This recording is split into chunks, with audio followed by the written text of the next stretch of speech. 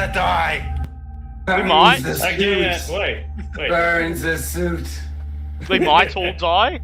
We might not die. You actually you- did good last session. Has everyone considered the option of burning more things?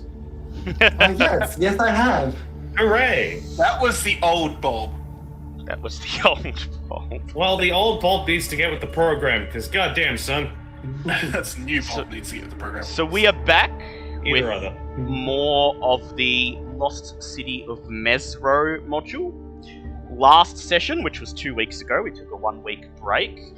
You were contacted by Artis Climber, a court wizard of the Lost City of Mezro, someone who personally knew both Alessander and Zinhorn. You weren't 100% sure if you found this man trustworthy, but you decided to assist him with the quest he offered to you. The quest to search for what had become of the Daijobi Senga, or the Heart of the Forest, a enchantment placed on Chult by Ubtao that breathes life into the jungles of Chult. That, after the Spell Plague and after the rise of Ras Nasi, seems to have faded away. Artis believed that... I'll be back, I'm sorry.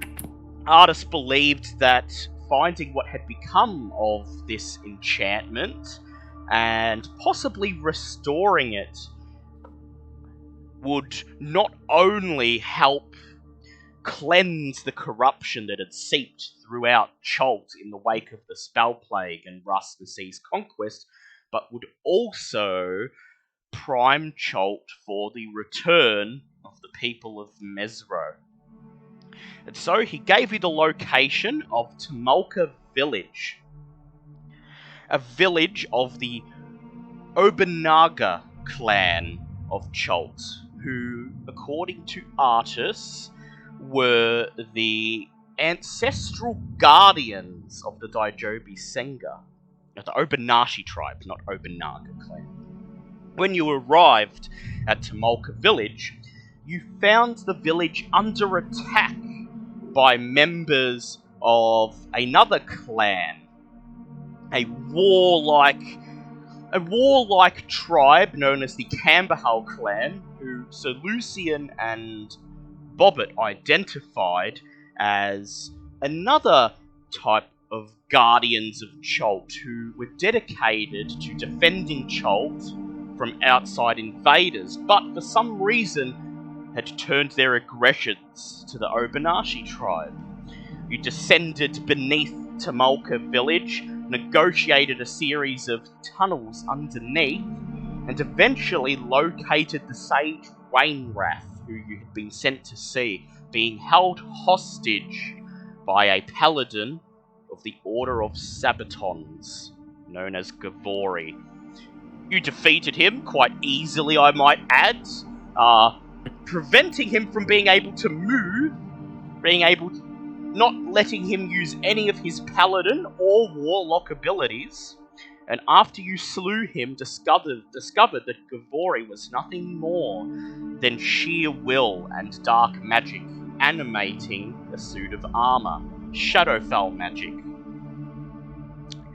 It's been a day since the fight with Gavori. You've all had a long rest, and you currently stand on the deck of the Sky Goddess, your airship hovering in the air just above the jungle canopy.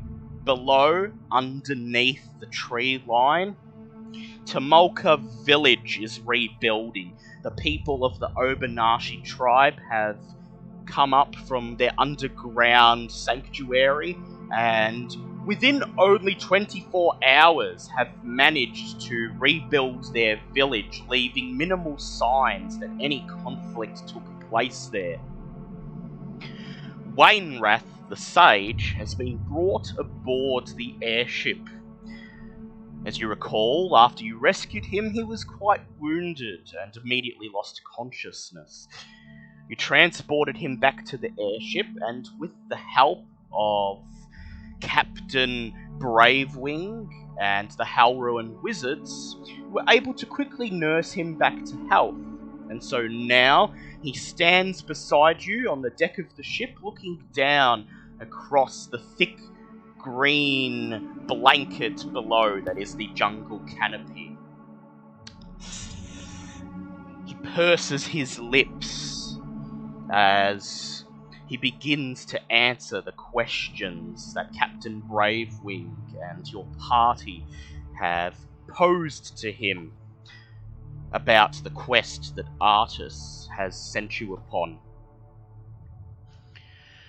Wainwrath sighs. He says, "The Daijobi Senga is a protective enchantment that surrounded the jungles of Chult over a century ago." He sighs once again, slowly shaking his head. "The enchantment itself is a millennia old. The high priests of Uptau believed it was this power that was used to breathe life into the jungle from the Feywild. But after Uptau abandoned his people, there was no one to protect Chult from the destructive lash of the spell plague and of the rise of tyrants such as Rasnasi. After destruction washed over the land, a powerful evil corrupted the source of the Daijobi Senga, and the heart stopped beating for the jungle. I am afraid Artus has sent you on a quest that may be futile. My clan have watched for the last 2 centuries for signs indicating that the Daijobi Senga may be restored, but to no avail." He shakes his head. "I'm afraid by coming here you have accomplished no good, save for protecting my village from the predations of the Kambahal clan." He bows his head and simply waits in silence to see if any of you have any further questions. He just sighs as he leans over the edge of the airship, intently studying the jungle canopy. You almost get the impression that he can see through the thick layer of foliage and is watching over the people of his village even now. No quest is futile. If we had not have come here, your village would not have been saved. So that in itself is a reason to have come, if nothing else happens. He looks up, he turns to look at Zinhorn, and he looks Zinhorn up and down. And then he frowns and wipes the sweat off his dark-skinned brow, and he says, "Yes, indeed, if you did not arrive, I believe Gavori would have slaughtered my people and myself. Gavori demanded to know the location of the Daijobi Senga, but I would not tell him. After all, it was pointless. What remains of the Daijobi Senga has been corrupted by the destructive magic of the spell plague. It has been infected by energies of the Shadowfell. There was no use telling him where to find it, just as there is no use telling you." But then he sighs, and he says, "But you did save us. And that tells me you are pure of heart. I do not know that there is a way to restore it, but perhaps if you are pure of heart, it is no harm to tell you at least the location where you may find the Daijobi Senga, or what is left of it." He says, "A group of mage hunters from my tribe are guardians of the mystical source that once powered the Daijobi Senga. I know where to find their hidden temple, the Temple of the Rising Sun, which my clan abandoned long ago. Others have sought to locate the heart source, many for their own evil ambitions, I suspect this is what was in Gavori's plans. Although the heart is corrupted and no longer active, it is still a powerful source of magic. And I feel that those like Gavori and the Cambahal clan serving under him would seek to use it to enforce their will on Chult. Whereas you, at least, seek to find a way to restore balance and life to the continent. The head of the mage hunters that guard the temple is named Zosala. She is the leader of an ancient order of spellcasters who dedicated themselves to hunting down magic users in the wake of the spell plague. Zinhorn and Alessander, you frown as you remember that period of Chultan history after the rise of Rust Sea, where the population of Chult turned against all forms of magic, considering it an evil art, and exiled or executed those who practiced it, hunting down every magic user they could find. This Zosala, according to Wainwrath, must be... she's the leader of the ancient order who began orchestrating this removal of magic from Chult. That she may not be too pleased to see you. Wainwrath seems to read your mind. He sighs and he says, "As I said, the quest is futile. There is no way to restore the Daijobi Senga, and even if you could, I doubt that Zosala and the mage hunters let you anywhere near it." He frowns, shakes his head. Overhead, the propellers of the airship continue humming, adding a sense of urgency to this conversation, almost like a ticking clock.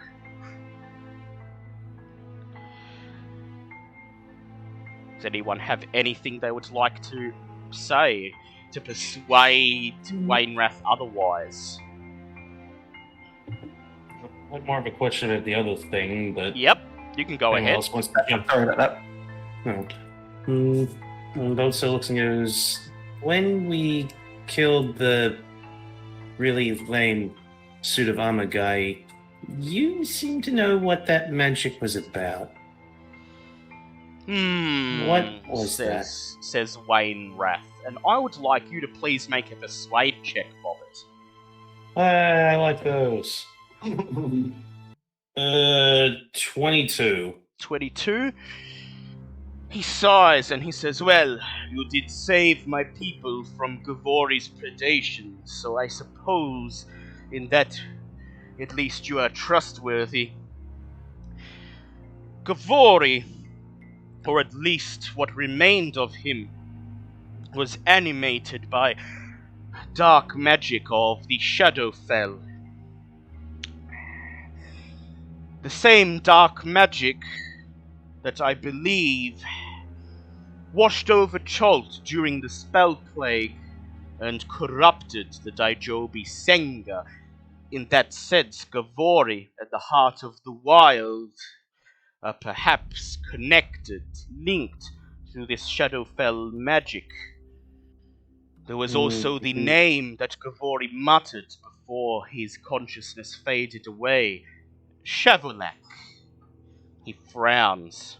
He says, "I know not what this Shavolak is, but there are legends passed down through generations in the Obonashi clan that tell of an entity that resides within the Shadowfell, or what resides in what in the Shadowfell is a dark mirror of Chult, an entity that seeks to pierce the veil between the Shadowfell and the material plane, unite the two Chults under its rule, a sort of shadow mirror of Uptown.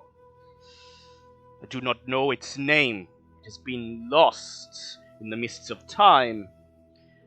But when I heard Gavori mutter that name, It filled my soul with dread and made me think only of this hated enemy.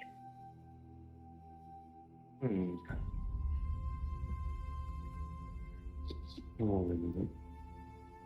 Why would he name as if he was already technically connected to it? More importantly, if his corruption is similar, then maybe that's where we need to go to find out what's causing this.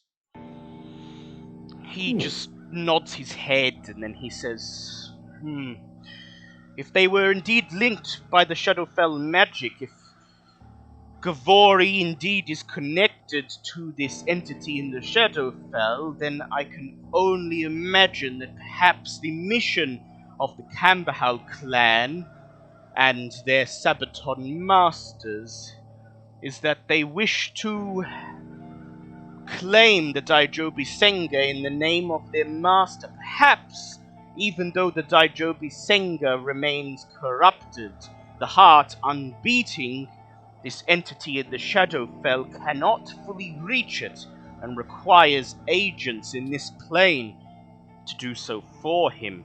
I worry either way. He says, but you raise a good point, young Bobbit. Perhaps investigating the corruption of the Daijobi Senga, if indeed you cannot restore it, may at least allow you to understand what Gavori and his kind plan to do. Furthermore, why the Cambahal clan are working with them. We have not made contact in many centuries, but the texts and the records all paint the Cambahal clan as honorable. They were meant to defend Chult from outside invaders. I wonder how the Sabaton Paladins have managed to win their hearts to their cause. Hey, just hear a very bored tone from Bobbit going, knowing how we met them the first time, they probably just beat them up a lot. I do not doubt it, says Wainwrath. He sighs and he says, very well, I have made up my mind. He reaches a hand into the folds of animal skins that he wears, and pulls out a small shard of black stone with a rune glowing orange on it. Bobbit, you immediately recognize this rune as the Tabaxi word for sun. He hands the stone to you, and he says, this is the sounding stone. The entrance to the Temple of the Rising Sun is hidden and guarded. This stone will signal when you are close to the entrance and will allow you passage into the temple. Perhaps you can convince Zosala and her mage hunters to let you pass. Perhaps you may convince her that you are friends of Chult. With this, he narrows his eyes. He looks Bobbit/Alessandra up and down. He says, I do not know you, Bobbit, but I feel as though you are a lost friend. Almost as if Ubtao himself is telling me to trust in you, to trust that you will bring balance back to Chult. It is almost as if I should know you as someone worthy of my respect, even though until yesterday, until we met in the catacombs, I did not know you. That's a nice change of pace. Most people that know us usually just try to kill me. It's becoming a problem lately. Do you reveal to him who you are? Because he doesn't seem to actually recognize that you are Alessandra. Oh, right. That would be the other half. Hold on, let me go get her. And yes, Alessandra, well, considering what's his name, Arctis isn't even here, so yeah, no, she's happy to just tell him who she really is. So you tell him that you are Alessander. His eyes immediately widen, and for a moment it looks he's stunned. He takes a step back, and it looks as if he's about to topple over the side of the airship. And you see Oh god, give him a heart attack. you see a couple of crew members immediately rush up and grab him and pull him back over the barrier into a standing position. He raises a hand to his mouth and then makes a holy symbol with his hands that you recognize as the holy gesture of Ubtao, or one of many of them. And he says, "By Ubtao, perhaps Ubtao did not leave his people. Perhaps even now he is working to purge this corruption from our land. Lady Alessander of Mezro is here." He smiles and he says, "Well, perhaps your quest is, as Zinhorn said, not futile at all. Perhaps there is a way to restore the Daijobi Senga. If anyone can do it, perhaps the daughter of Lord Ray Burton, the utmost and first chosen of Ubtao's Bare, will find a way." With that, he smiles again, and he says, "And who better to convince Zosala of your good intentions than Lady Alessander herself?" Well, you can always give it a go. Sort of had a poor track record on convincing people, but you never know. Today could be the day. He just nods and he says, "My hopes and prayers go with you, even though Ubtao has not answered my prayers in quite some time." He looks around and he says, "I must get off this flying contraption and return to the village. I must continue to oversee the rebuilding, but I will think of you. Keep the sounding stone in your hand. Keep your devotion burning in your hearts, and perhaps the Daijobi Senga may beat again. Perhaps Artist Kaima has not chosen a futile quest after all." He nods to each of you in turn, silently wishing you good luck, as Captain Bravewing barks an order to the crew, who assemble, lowering the rope ladder over the side of the airship. Wainwrath gives you one last look before he wraps his animal furs around himself to protect him from the winds that buffet the outside of the airship, and then begins to climb down the ladder, returning to the earth below. You watch him as he reaches the jungle canopy, looks up at you one last time, smiles, and then disappears beneath the green blanket.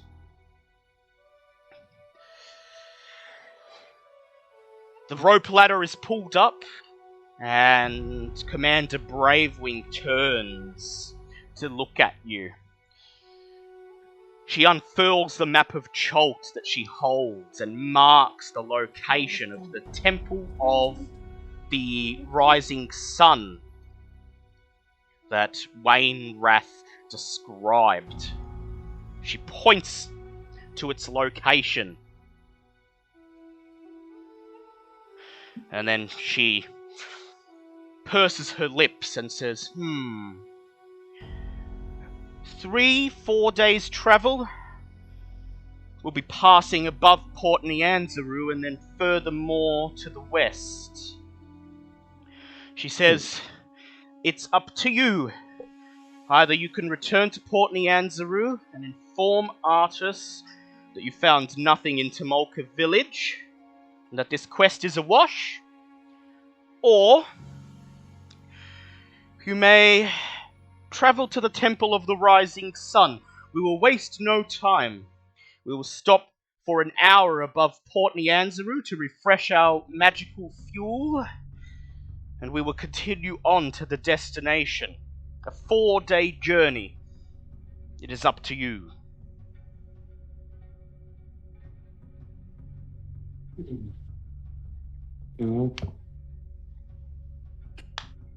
I mean, probably should let him know what we're doing, although this seems important. What do you guys think? Well, I remember Zinhorn in particular didn't seem to fully trust Artus. Yeah, no, there's... Arriving Still to find the village under attack didn't add to that. that definitely didn't help matters. Yeah.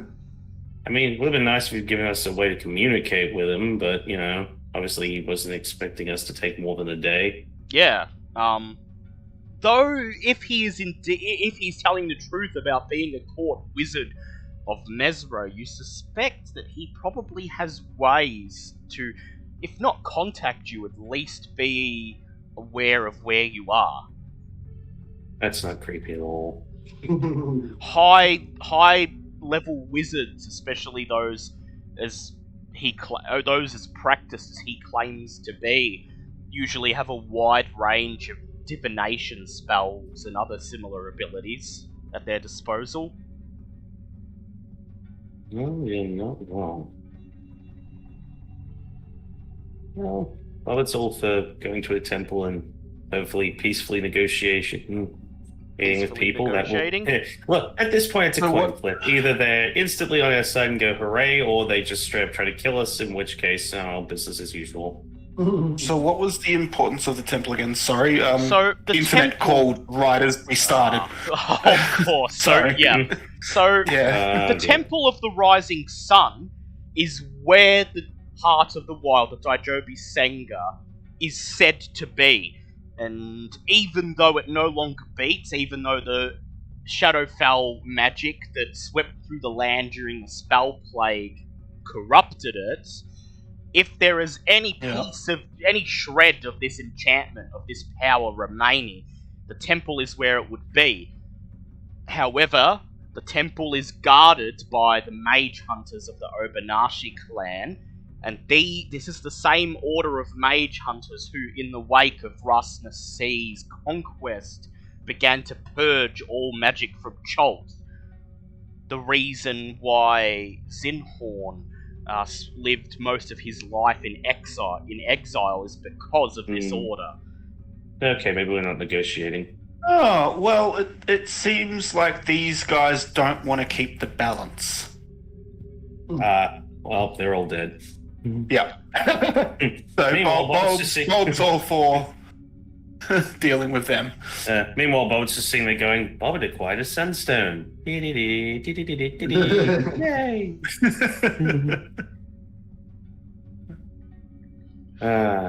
So, yeah, the Sounding Stone, as Wainwrath has described, will guide you to the hidden entrance of the Temple of the Rising Sun and reveal it when you are close enough. He doesn't know whether it's wise to negotiate with Zosala and the Mage Hunters, but perhaps with Alessander with you, there might be some headway. That said, you have an option... Yep, go ahead.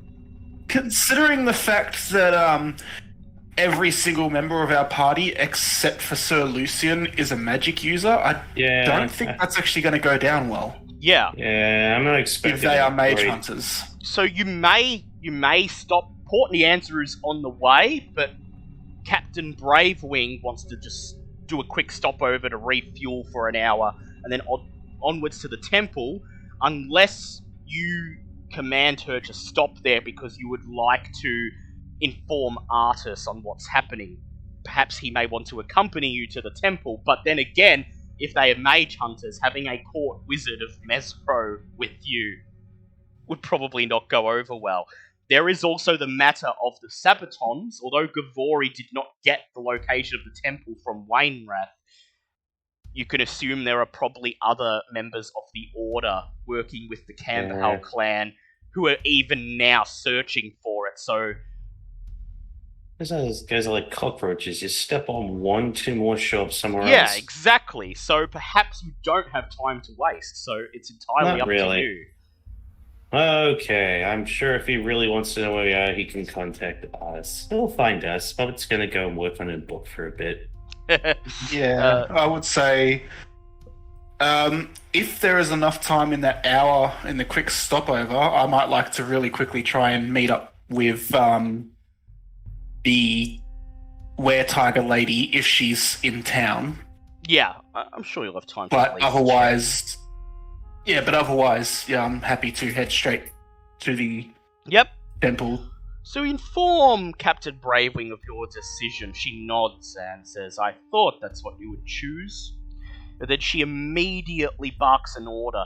The crew dart about the deck, begin pulling the ropes on the rigging, adjusting the sails, and the propellers hum and whistle as the airship rises higher and higher until the jungle canopy below is covered up by a milky sea of clouds.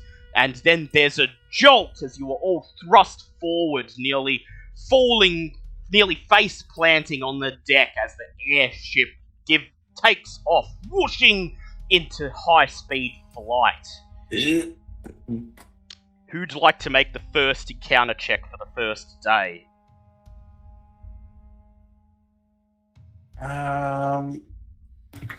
Well, if no one's speaking up, I will. Go ahead. Oh. What did Zinhorn say, sorry? No. I can if you want to, but... Well, Zinhorn can do the next one. 8. 8. No I got an encounter 8. on the first day. Awesome. So, the first day passes relatively uneventfully. You spend most of it on the deck helping the crew pilot the ship as the milky white sea below you passes by. There are no distinguishing features in the clouds that you could see, though somehow the crew seem to know almost exactly where they are and where they're going.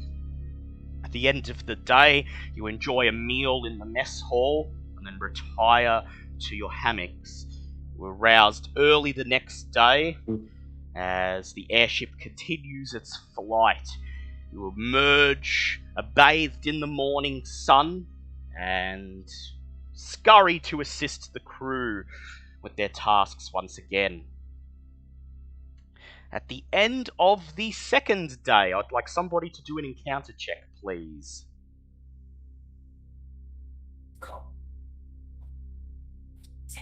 9. 9. The second day passes just as uneventfully as the first.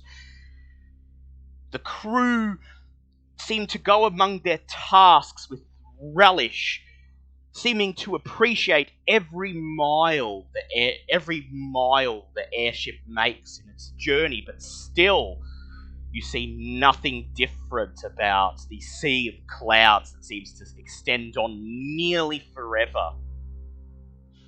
At the end of the third day, I'd like someone to do an encounter check, please.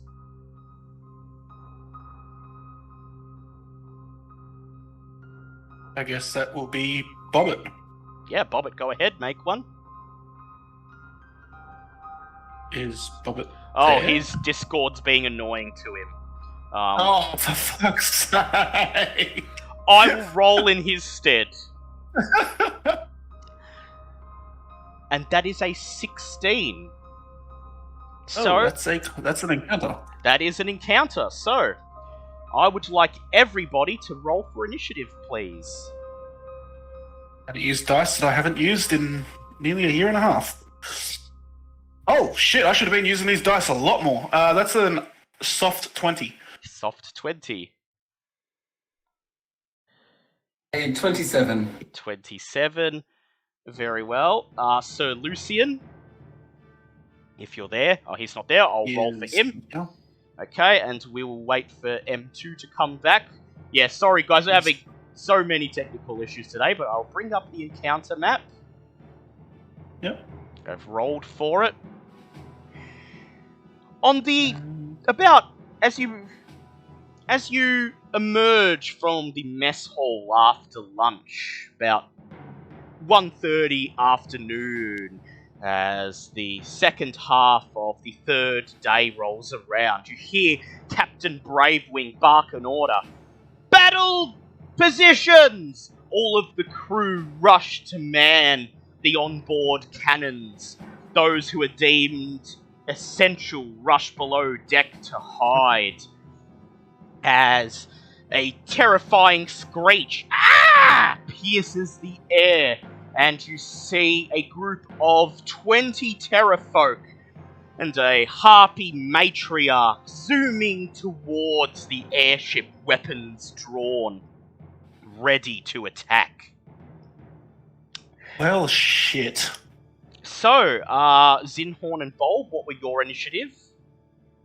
Soft 27. 27, whoa. Okay. I got a 19 your- plus 19 plus 8. I rolled a 19 as well. But I only have +1. Okay. Oh my god. I just realized that all of my spells are basically ground-based. Not This is going to be an air-based. interesting fight for me. Okay, so Zinhorn, you're up first. Because I don't think Bobbitt's going to get anything above what you got. No, not considering my plus 8. So, first and foremost, Zinhorn is going to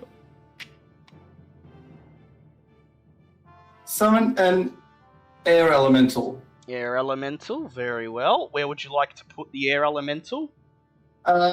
Towards the front of, if I'm looking towards the front of the ship, the front right stairs there. Ah, yes, very well. I will just grab the icon for the air elemental. So, about here. So the front of the ship. Ah, the front of the ship. Yep. So about here. Yeah, in the front right. Front right. Other side. Other side here. Yep. Yep.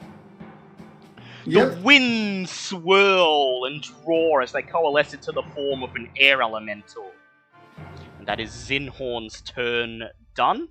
Zinhorn wants to sort of move up along the right-hand side up towards where the air elemental is. You rush across the deck of the ship and stand next to the air elemental, ready to back it up. It is now initiative count 20.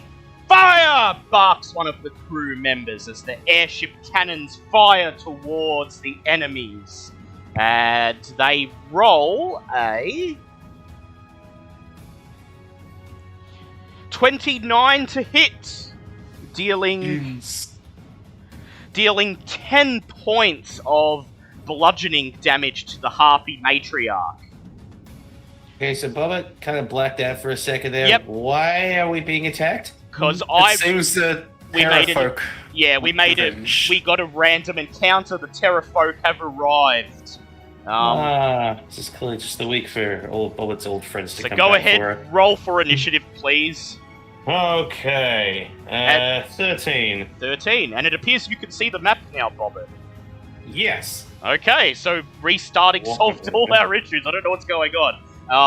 Alright, so you got 18? 13. 13, okay, so Bulb, you're up next. Okay, there is not really much I can do. Is the Harpy Matriarch wearing any metal? She does not appear to be, from what you could see. Okay. It's Well, possible, in that case, if you want to get a closer look at her, you can see. Or you could just cast the spell and see what happens. yeah. Are we currently over the city, or is this technically before we reach the city? Before you arrive. You're like maybe an hour Okay, from cool. the city. So, underneath on the ground, there's not likely to be No, people. just jungle. I'm going to call lightning at 4th level. Yep. Ooh. Because it's one of the 3 spells that I have that could actually hit them. Yep. I just need to look up call lightning. It's a dex check, I know that for sure. Yep, I know it's a dex check. I'll go ahead and roll Um, those. I'm going to target here, so that I hit the Matriarch and Terrafolk 1 to 10. Yep. So let me see. 2, 3, 4, 5, 6, 7, 8, 9, 10, 11. Okay, so the Harpy Matriarch and 2 of the Terrafolk pass their dex saves. Okay, so I've used it at 4th level, which means I get 4d10. Yep. And if they passed, it's halved, so let me get my... Oh, pardon me, jeez. D10's ready. Okay, 4d10. That is 1, 3, 5. Jesus Christ. 8. That's 8 damage. 8 damage, okay. Oh, that the was bad. That was so very bad. The lightning strikes, crash, but since the airship is zooming around, skimming the clouds, you're unable to get a good aim and only deal a small amount of damage to the enemies. It is So any who passed got only 4, and then I'm going to use my bonus action to just take on my thorn shape. Yep, take on your thorny shape. It is the enemy's turn. First group of terror folk screams towards the airship, closing on Zinhorn's air elemental. And the air elemental, with an AC of only 14, takes 5... wait, no, they make 3 attacks. Let me just see. Let me work out the mob combat for that. Oh, yeah. Okay, so let us see. Just give me a moment. So 14, number of attacking creatures. We'll go 20 because they have multi-attack, and their attack bonus is +4. Okay, so it takes 11 guaranteed hits. So the air elemental will take 7, 14, 20, 27, 38, 44, 51, 55, 57 points of piercing damage. Fair enough. As the terror folk just sweep and try to hit it as hard as they can. The other group of terror folk flies up to the airship, but remain just over the edge of the airship. They raise their javelins and hurl them towards Bulb. Bulb, what is your AC? I didn't activate my damn shield. 17. 17, very well. So you take 8 guaranteed hits from this mob as they hurl javelins at you, screeching with glee as they do. You take 11, 22, 31, 43, 53, 53 points, 55 points of piercing damage. Wow. Just Wow, so that was 55, did you say? Yeah, points of piercing damage. As 8 of the terror folk hurl their javelins at you. Oh my god. They're getting revenge. Yep. The Harpy Yeah. matriarch edges a slight bit closer to the airship, and then she bares her wings and opens her mouth and begins to sing a lilting magical melody. Every humanoid within 300 feet that can hear the song must now make a wisdom save, please. Great. Something I can try and do. What is 17 this? plus What 9, is so the effect 26. of this? The DC for this is 18. What's the effect of it? The effect of it is you will become charmed. I have advantage. Yes, you do. Dear. Well, Bobbitt's not helping today. Mhm. The first was, Wait. and the second No, I get is, advantage. and you said wisdom save, so it's a 13 plus 10. Yep. Sir Oh, wait, Lucian. Sir Thank goodness I have Lucian. advantage. Sir Lucian I forgot I passes had advantage his. as well. Sir Lucian passes his, and strangely, so does Keeper because he's immune to being charmed. Yeah, and I just remembered I had advantage on that. Yep, you as do. well. Thank God I do, because otherwise I'd have failed. So, yeah, I went from like rolling a 10 to a 22. So those of you who got lower than 18 are entranced by the lilting song, become charmed and incapacitated while you were charmed, unable to do anything as you stop to listen to this harpy's song. It is now Bobbit's turn. Okay, weird question in regards to movement. If I were to get Keeper to use his turn to pick me up and move me his full movement, and then I move my full movement, how far can I go? Well, Keeper's movement is 20 feet, and then you move your full movement, so whatever yours is after that. Okay, I believe mine's 30. I just want to know, because I'd like to get over to the side of the ship where the harpy is without the rest of the ship being in the way. You instruct Keeper to pick you up and carry you as far as he can. Keeper groans as he lifts you up by the shoulders and slings you over his back as he runs as fast as he can. 5, 10, 15, 20. You then leap off his shoulders, and where would you like to go? For about... if I go back here, I'm not going to be in potential range of wrecking the ship if I do anything stupid, yes? No, you won't be, so you'll be fine. Good. So you run up the stairs to the bow of the ship, and you're standing at the edge of the ship, the harpy directly in front of you, still singing. Cool. Boat's gonna look over his shoulder at Zinhorn going, hey, remember your tidal wave thing that you like doing? Yeah. Bobo's borrowing your move for a minute, just for their own twist on it. She thrusts her hand out, and you watch as this gigantic wave of green flame erupts from her hand. Bobo casts Flame Wave. Yep, the harpy needs to make a check. What check is? Let's say Dex, I believe. Big old wave of flame. Dex. That is a 9. Oh no, that's a terrible shame, because that's going to be 7d8 worth of fire damage, and she's going to get pushed 20 feet back because of it. Ooh. 1, 2, 3. There you go. That's 41 points of fire damage. Ooh, she screams. Please kindly shut up.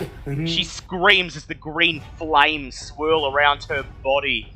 It is now Sir Lucian's turn, and I'm in control of him currently. So Sir Lucian is going to rush... Oh, it's Keeper's turn first. Keeper can't do anything, so... No, Keeper's already... Well, I'll get him to...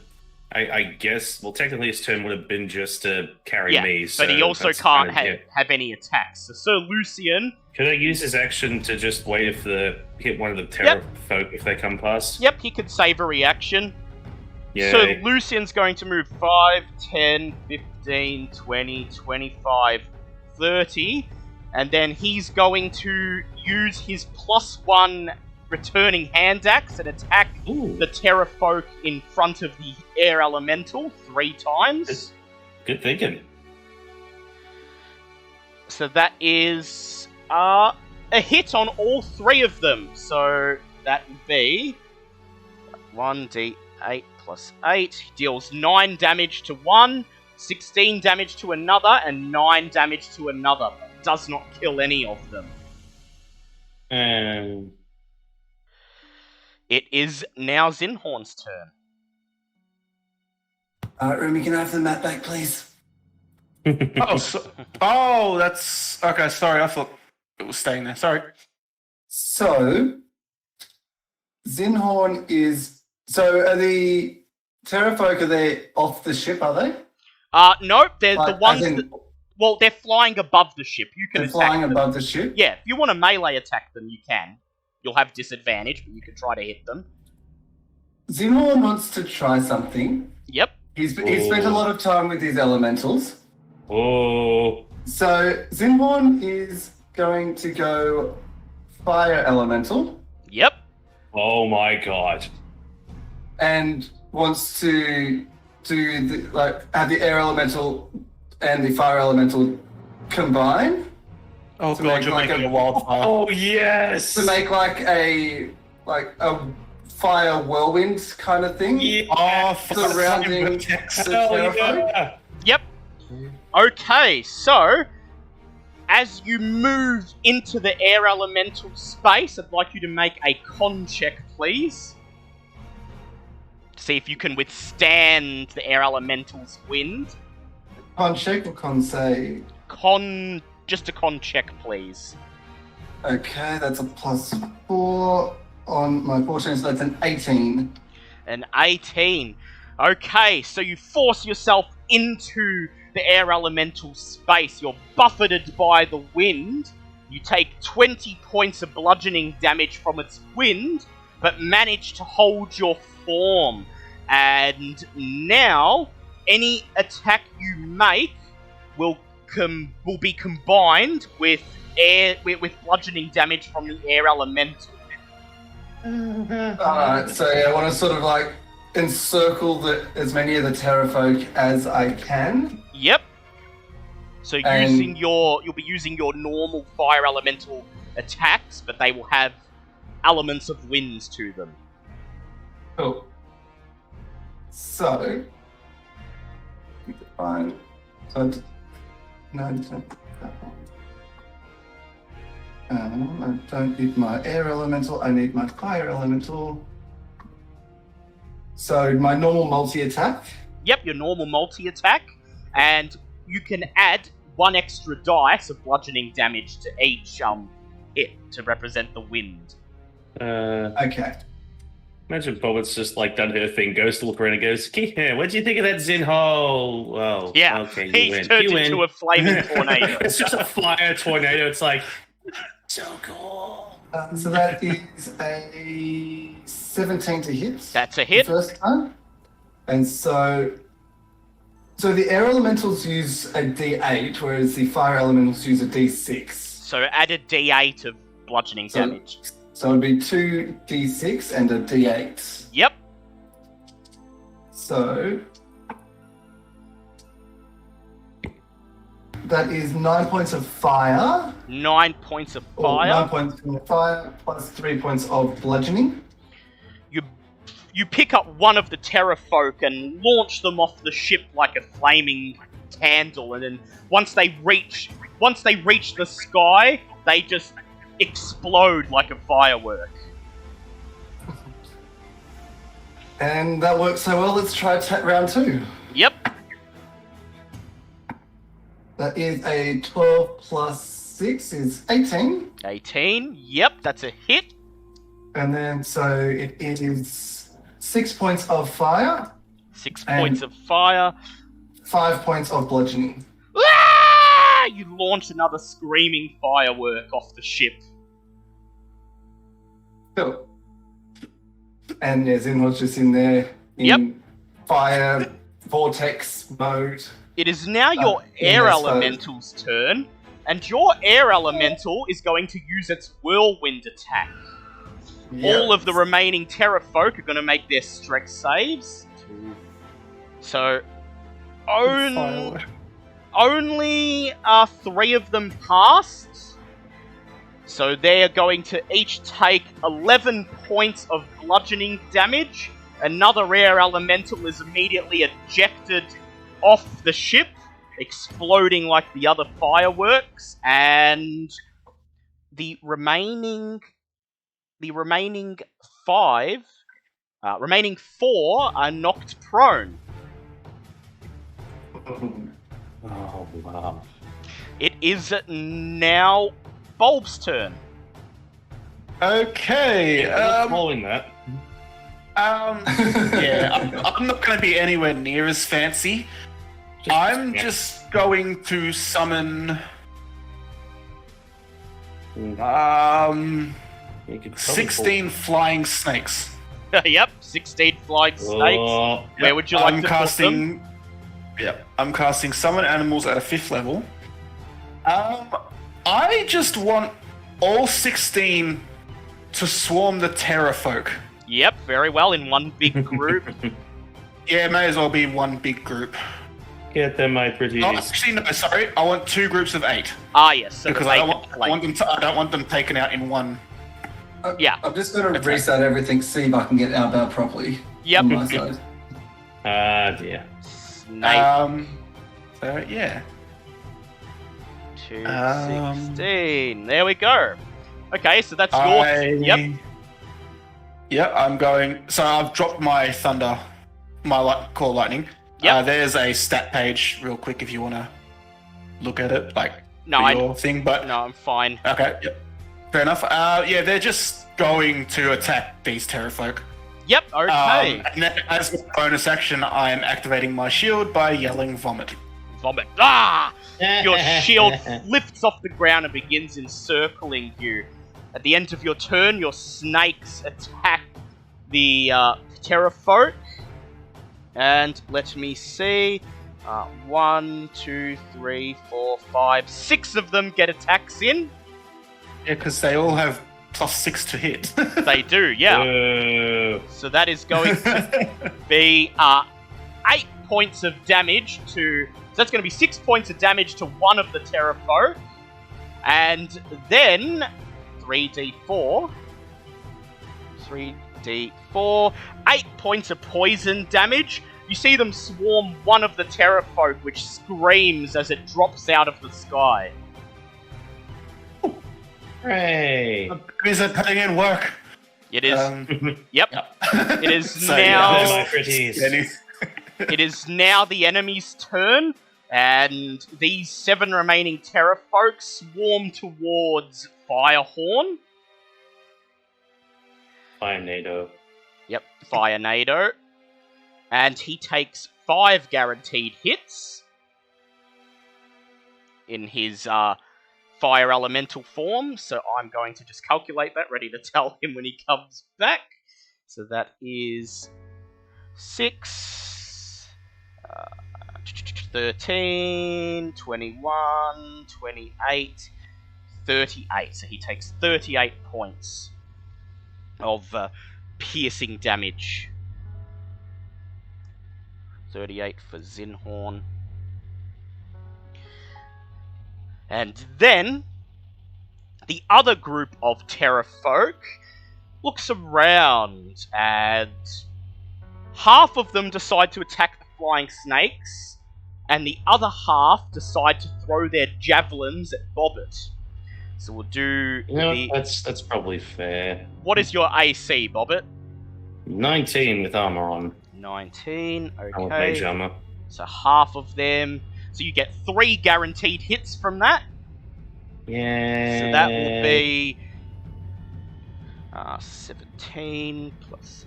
so you take 30 points of bludgeoning damage as they hurl their javelins at you. The rest of them attack the flying snakes in front of them.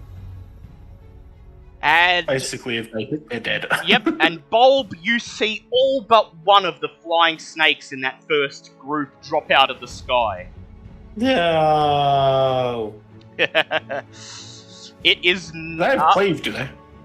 Well, there's half of them... Well, they have multi-attack, so... Right, Yeah. yep. No problem. Yep, No problem. yep, Zinhorn, you've taken 35 points of piercing damage, by the way. Yep, so the owlbear's still not coming up for me, so... Alright, I'll look into that Yeah, later. Okay, so the Harpy Matriarch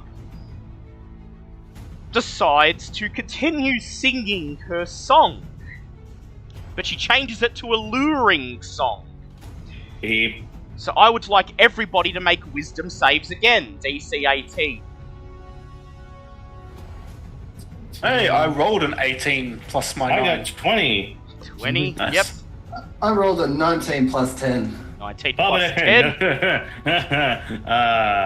Sir Nobody's having a Lucian failed. He is Of charmed by the Harpy Matriarch. And so, what he must do on his turn is he must pass another wisdom save or attempt to use all his movement to get to the Harpy, drawn in by her song, causing him to jump off the ship, essentially. Oh, god damn it. It is Lovely. now Bobbit's turn.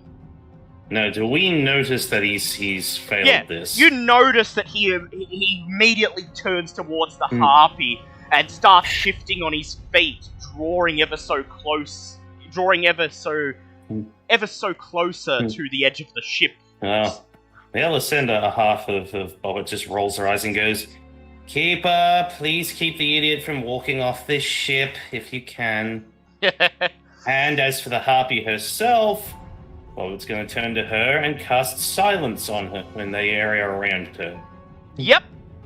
The song immediately stops, ending the charmed effect on Sir Lucian. Oh, good. Keeper, belay that. Go hit something if you can. If you can. Well, I don't think he's going to reach anybody, but still stand by with Lucian in case he does that again. Keeper just groans, pounding his fists on the wooden floor in case any of the Terror folk get closer. And then he moves closer to the ones next to Zinhorn, but doesn't make it the full way. It is Sir Lucian's turn. He closes the distance between him and 7 Terror folk in front of Zinhorn, and then he attacks with his sword. Let's roll that 3 times. He gets 3 hits, so that will be D8 plus 8.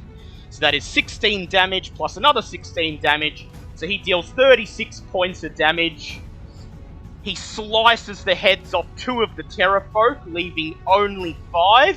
And then he decides to make a sweeping attack, adding on to that. He's expending 1 superiority die to attempt to damage all other creatures within 5 feet of the original target with the same attack. So he rolls a d10 and deals 10 points of damage to the other 5 Terror folk. And that is Sir Lucian's turn done. It is now Zinhorn's turn. So, Zinhorn still attempting to fire Tornado. Yep. So, that is a 15 for con save if I still need to do that. Yes, go ahead, make your COD save. So this turn it will be a 14, so you pass. You manage to keep the fire tornado intact. Yep, okay. So then is going to try and just get rid of these pests of the sky. Yep. Also, the air elemental does not get the whirlwind back. No, unfortunately. So go ahead. Attack number 1 is a 16. 16, that is a hit. Oh, yay.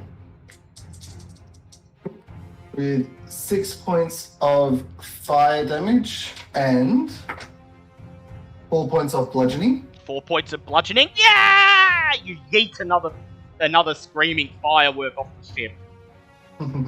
Just remember the rules, kids. It's Kobe for accuracy, brain dead noise for distance. I want some Wilhelm screams. Yeah. Yes. Ah! Close enough. 16 plus 6, so 22 for the second hit. Yep. Which is a whopping 4 points of fire damage. What's up? And that is 8 points of bludgeoning. Okay, you don't launch any more fireworks, but you're very close to killing another one. Okay. Air Elemental multi-attack starts with Yep. a... that's a plus 8, so that's a 13 to hit. Yep, that does not hit, unfortunately. And round 2 is an 18 to hit.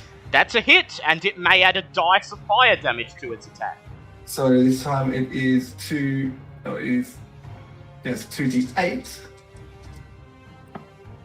And that is... What am I playing? That is 11 points of bludgeoning and Nice. 4 points of fire. Nice. Ah! Another Terrorfolk goes screaming off the ship and explodes. Fire! Barks one of the crew members, and you hear the Yes, that's thunk. me. And you hear the thunk of a cannon fire. D20. It is unfortunately a nat 1 and misses the target. Oh, Jesus. Hey, I'm just glad the damn thing didn't backfire. Where's those bananas? It is Bulb's turn. Okay, Bulb is just gonna pull out that longbow because Yes. I don't have any ranged spells that aren't concentration. Yeah, I severely underestimated how bad a fight would be if I was stuck on the ship. And that bitch. Well, you know, live and learn, live and learn. happens. So I'm just gonna fire my longbow at the harpy, I guess. Yeah, go ahead. Roll to hit her. The lesson we take away from today is not everyone is good against every type of enemy. This is why you have a party. Yep. That's definitely gonna be a miss because that was an 8. Yeah, unfortunately, she's too far to hit. No, that's fair. Who else has been hit at the moment? Bobbit and Zinhorn. Zinhorn is currently wild shape, so he's got extra HP. I'm going to cast Healing Word at second level on Bobbit. Yep. Hooray! Someone actually wants to heal me instead of just being angry at me. Healing Word is the D4s, isn't it? It is the D4. Here Yes. is. Is 2 for second level? Yes. An extra D4 for each level. And then it's my spellcasting modifier, isn't it? Yep. I'm sorry, Bobbit, but it's better than nothing. I'll take you got whatever I can get. 7 HP because I rolled 2 1s. Yeah! Oh, wow. Okay. Yeah! It is the enemy's turn. The harpy silently shrieks, and then it dive bombs the ship, zooming in on Bobbit and going in for 2 claws attacks. The first one keep it misses. out. First one misses with an 8. The second one hits with a 22. Bobbit, you take 16 points of slashing damage. Good thing I got that 7 HP back.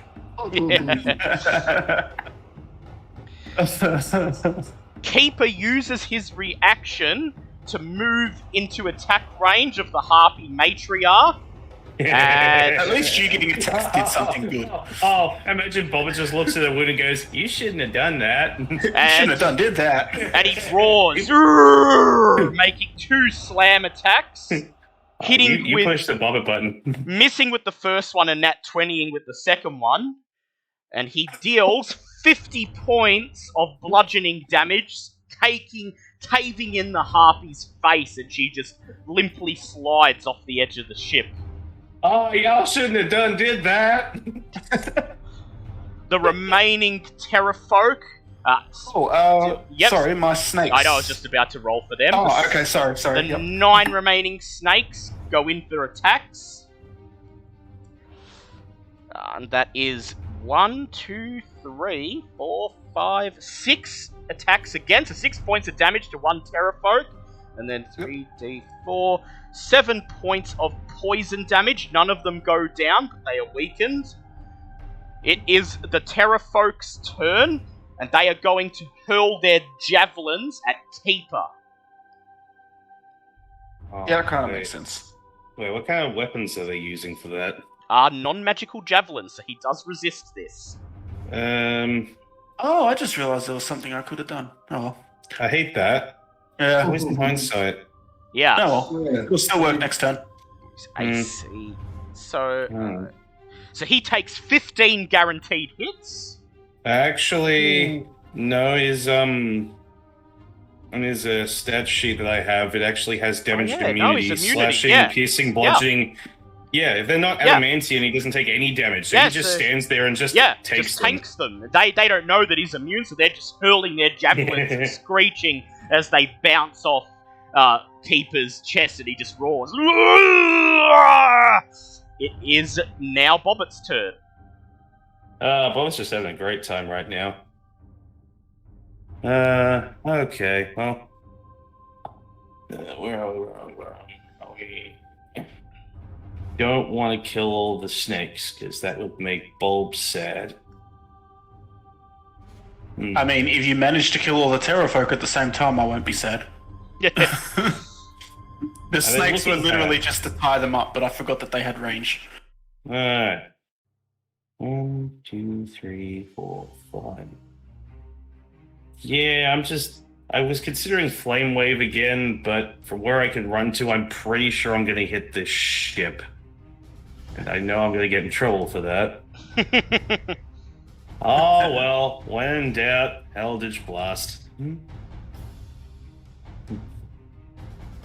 Buy 2 of those lovely things. One's a soft 20, the other is a 10. The 10 does not hit, the other does. Oh. Well, that's 7 points of force damage. That's. Yep, it's okay. Managed to blast one of them out of the sky. Woo! Okay, it's Sir Lucian's turn, and he's going to attack the remaining 3 Terrafolk with his sword. He manages to hit all of them, dealing D8 plus 8, 15, 10, and 13 points of damage, lopping the heads off all 3 of them.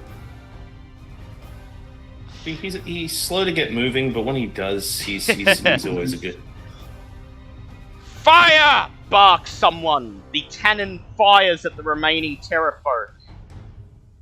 That is a nat 20, so Good God. 3d6 splash damage. That is 12 points of damage, blasting the rest of the Terrafolk out of the sky. Hey! I dropped my NPCs wild for ship the and win. dropped my spell. Combat is over. Xenorn is going to, still in fire tornado form, just go up behind Bobbit. He's ever so close behind Bobbit. Oh. Don't blow me off the ship! Goes for a high And five. then at the last second, transforms back into himself, like right in the face. That was awesome! Nope, wrong map. Just wrong watching map. this, just watching this 30-something-year-old woman getting, absolutely giddy over this. I have to learn how to do stuff like that. Combining magical elements, that's insane! Yes, that's I definitely the wrong map there. I know. Okay, so Fine.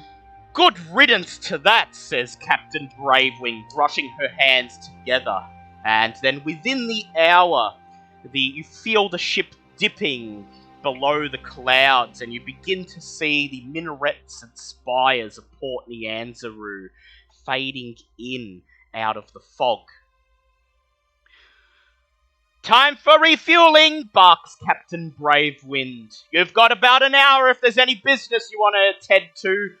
The airship hovers over the city, passing the city walls, and then the crew let down a magical anchor, mooring the ship just above the dock section of Port Nianzaru. They throw down the rope ladder and begin to climb overboard, scurrying into the city to procure magical fuels. Bulb, you wanted to do something? Yeah, so I'm going to wild shape into a giant owl, fly over to...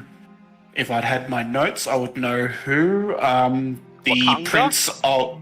Yes. Jabal. Oh, yes, the one that was going to organise Yes. meeting with the lady again, and fly over and see if the meeting's possible within the hour. Yep. So No. you take to Xenon the just goes, Zin, Not what quite as cool, but still good. So you take And to the funnily enough, wind. my giant owl wild shape is bigger than Bulb was. Yeah. Uh, You take flight, you take to the wind, flap your white wings as you make your way over the city towards the merchant prince's manors. You circle around one of the towers of Jobal's manor and then land on the banister of one of the windows. Jabal looks up. Standing next to him is Azaka. Just in time, he he says, smiling forth. they Come are." in, come in. He allows you to meet with Azaka. She expresses her gratitude for finding her mask and then holds out her hand expectantly. I give it to her. Did I have it? I think I Yeah, had you it. had it, you had it. Yeah. Yeah, Thank- I give it back to her. Thank you very much, she says. She immediately raises it to her face, clasps it on, and as she clasps it on, you notice some of the thin, fuzzy fur that grows on her arms and bare legs disappears, and she now looks just like a normal, if solidly built human woman. Oh, very nice. I wonder if she got Bobbitt's note. Did you give her Bobbitt's note? No, it was with. Well, Yep, pretty did much it was Bob- with his. Yep. She Yeah. she notices she notices something under the mask, and she reaches in and she says, "Oh, what is rubbing against my face?" And she pulls out a shred of parchment. She unfurls it, reads the note written by Bobbit, and then there's silence for a few seconds before she guffaws with laughter. She tears the note in two. Then she reaches into her coat and says, "Here, my thanks, a gift," and hands you a scroll of greater restoration. Ooh. Oh. That. Nice. Okay, cool. Scroll of Greater Restoration. Best of luck on your quest, Yes. says Joe Ball. And they bid you farewell as you once again take to the skies, arriving back at the ship just in time to see the propellers begin to turn as the airship rises above the city to continue its journey. At the end of the 4th day, you may have a short rest. Short rest? Okay. Well, at the end of Excellent. that day, you may have a short rest as you leave the city behind you. So it's both my wild shapes gone. Yeah. Watch it's back. Wait, so only a short rest and a long rest between days? Well, during travel, you only get short rests. It's travel. That's right. Oh, I mean, I'm still good for spell slots, but Yeah. Where are my d8s? 1, 2, okay. That's a 3 and a 7, so that's a 6 and 10, so that's 16. 95, 101. Okay, that'll work. You awaken on the morning of the 4th day. "Not long to go now!" shouts Captain Bravewing with glee and exhilaration and jubilation.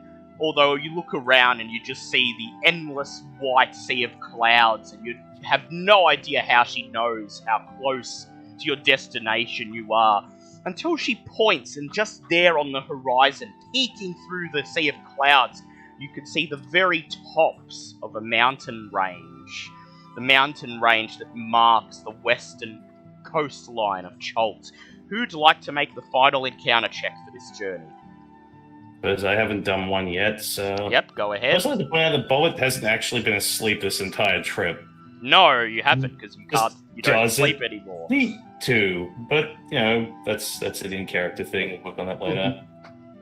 Now, what was I? Was I rolling above or below? You're trying to What was roll below to not get an encounter.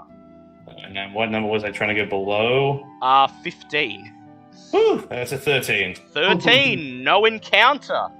Uh, And so by the end of this day, the mountains loom closer. The airship begins to dip once again below the jungle canopy. And you retire to bed, emerging the next morning to find the airship hovering just under the jungle canopy, the great mountain ranges looming overhead. "We're here," says Captain Bravewing, clapping her hands together. "As per last time, we'll be waiting. Try to give us a forewarning about any unannounced guests this time, huh?" She says, "That Wainwrath ate into a considerable chunk of our supplies." The crew rush to attention, lowering the rope ladders. And You bid farewell to Captain Bravewing, descending once again down to the foliage-choked, muddy floor of the Chultan jungle. I would like somebody to please make a survival check to try and fumble your way through the jungle towards the location where you're told the Temple of the Rising Sun is. Yeah, I'm guessing that either myself or Bulb. Yeah, well, I have a +5. Oh, I take it as me. I have a +9. Yeah, you went. I guess I took proficiency in nature, which was stupid because intelligence wasn't my main stat. Yeah, it happens. So that is a 14 + 9, so a 23. Very well, 23, that will be a pass. You leave the ship behind, you push through the humid jungle, and find the ground increasing on an incline as you get closer and closer to the mountain range. Though the air is not as thick at this height, the tree cover down below no longer shields the unyielding light of the midday sun. A gentle mist hangs low over the foliage, leading along the base of the mountains. There is a disturbing silence in the area, with no signs of wildlife to be found. If Wainwright's information proves true, the entrance to the temple cannot be far. Suddenly, in Bobbitt's hand, the sounding stone begins to vibrate. You must be drawing nearer to the temple. You continue travelling along the base of the mountain. The stone vibrates harder and eventually begins to emanate a low, soft hum. Eventually, after about 2 hours of walking along the base of the mountains, following the vibrations of the sounding stone, you come to a cliff face with a large orange magical rune carved into the stone, the Tabaxi word for sun. As you approach closer, Bobbit holding the sounding stone aloft, the great rune begins to glow a bright orange before vanishing, revealing the northern entrance into the former temple. I'll get the map. The only thing is I have all of the maps for next campaign prepared, so I have to scroll through like 80 maps to get to these ones. The downsides of ambition. But Should here have we just are. dragged them all to the top. Yeah, I should have just stuck them all in a folder, which I'll do after this session. But here we are, the Temple of the Rising Sun, or what remains of it. As you approach the gap in the cliff face, suddenly you all hear a rustling sound coming from some foliage to your left. And Ava should not be there, and Bulb needs a new token. Aw. As you hear this rustling, what do you all do? Zinhorn on alert would appear, trying to hide, but also keep an eye. Yep, everyone else? I'm going to bang my staff on the ground to cast Pass Without Trace and try to blend into the bushes. Yep. Very well. Bobbit, would you like to do anything?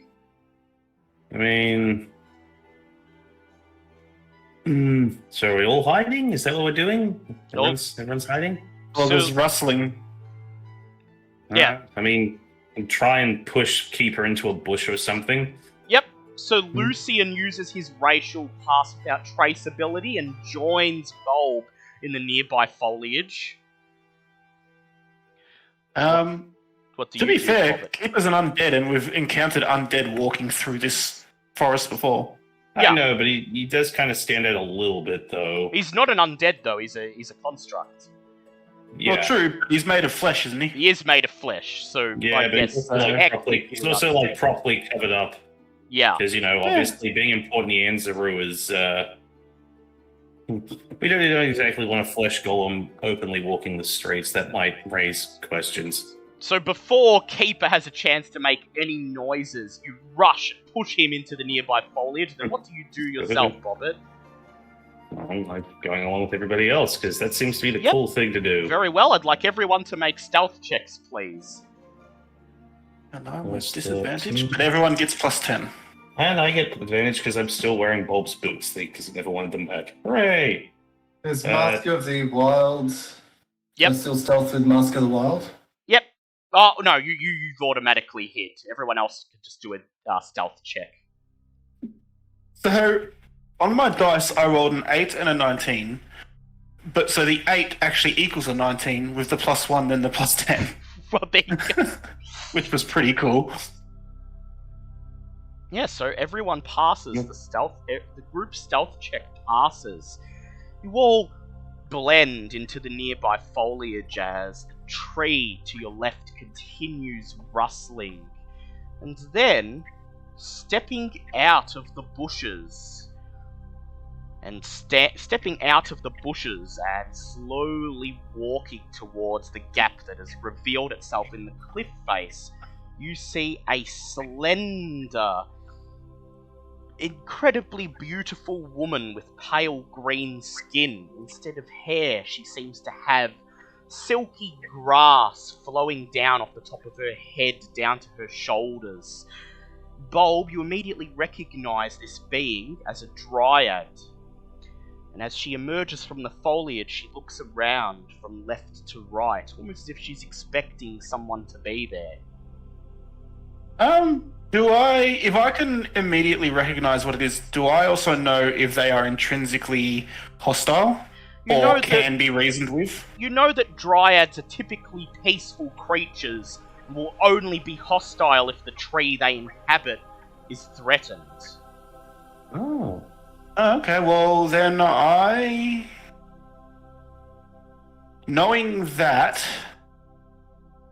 I will actually make myself known. Because it's either going to go really well and she's going to be peaceful, or the fact that the heart's died has corrupted her and she's going to attack me. So You're So not wrong. So does anyone else want to reveal themselves, or just let Bulb? I mean, maybe see how he goes How she first, reacts, and then help. You're somewhat confused as you were expecting Zosala and her mage hunters.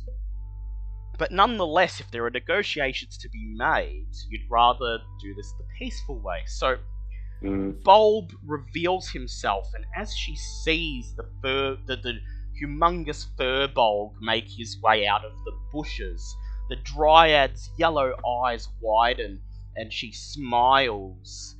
She immediately rushes towards Bulb, her hands outstretched in greeting, and she says, "Oh, it's been decades! A visitor at last!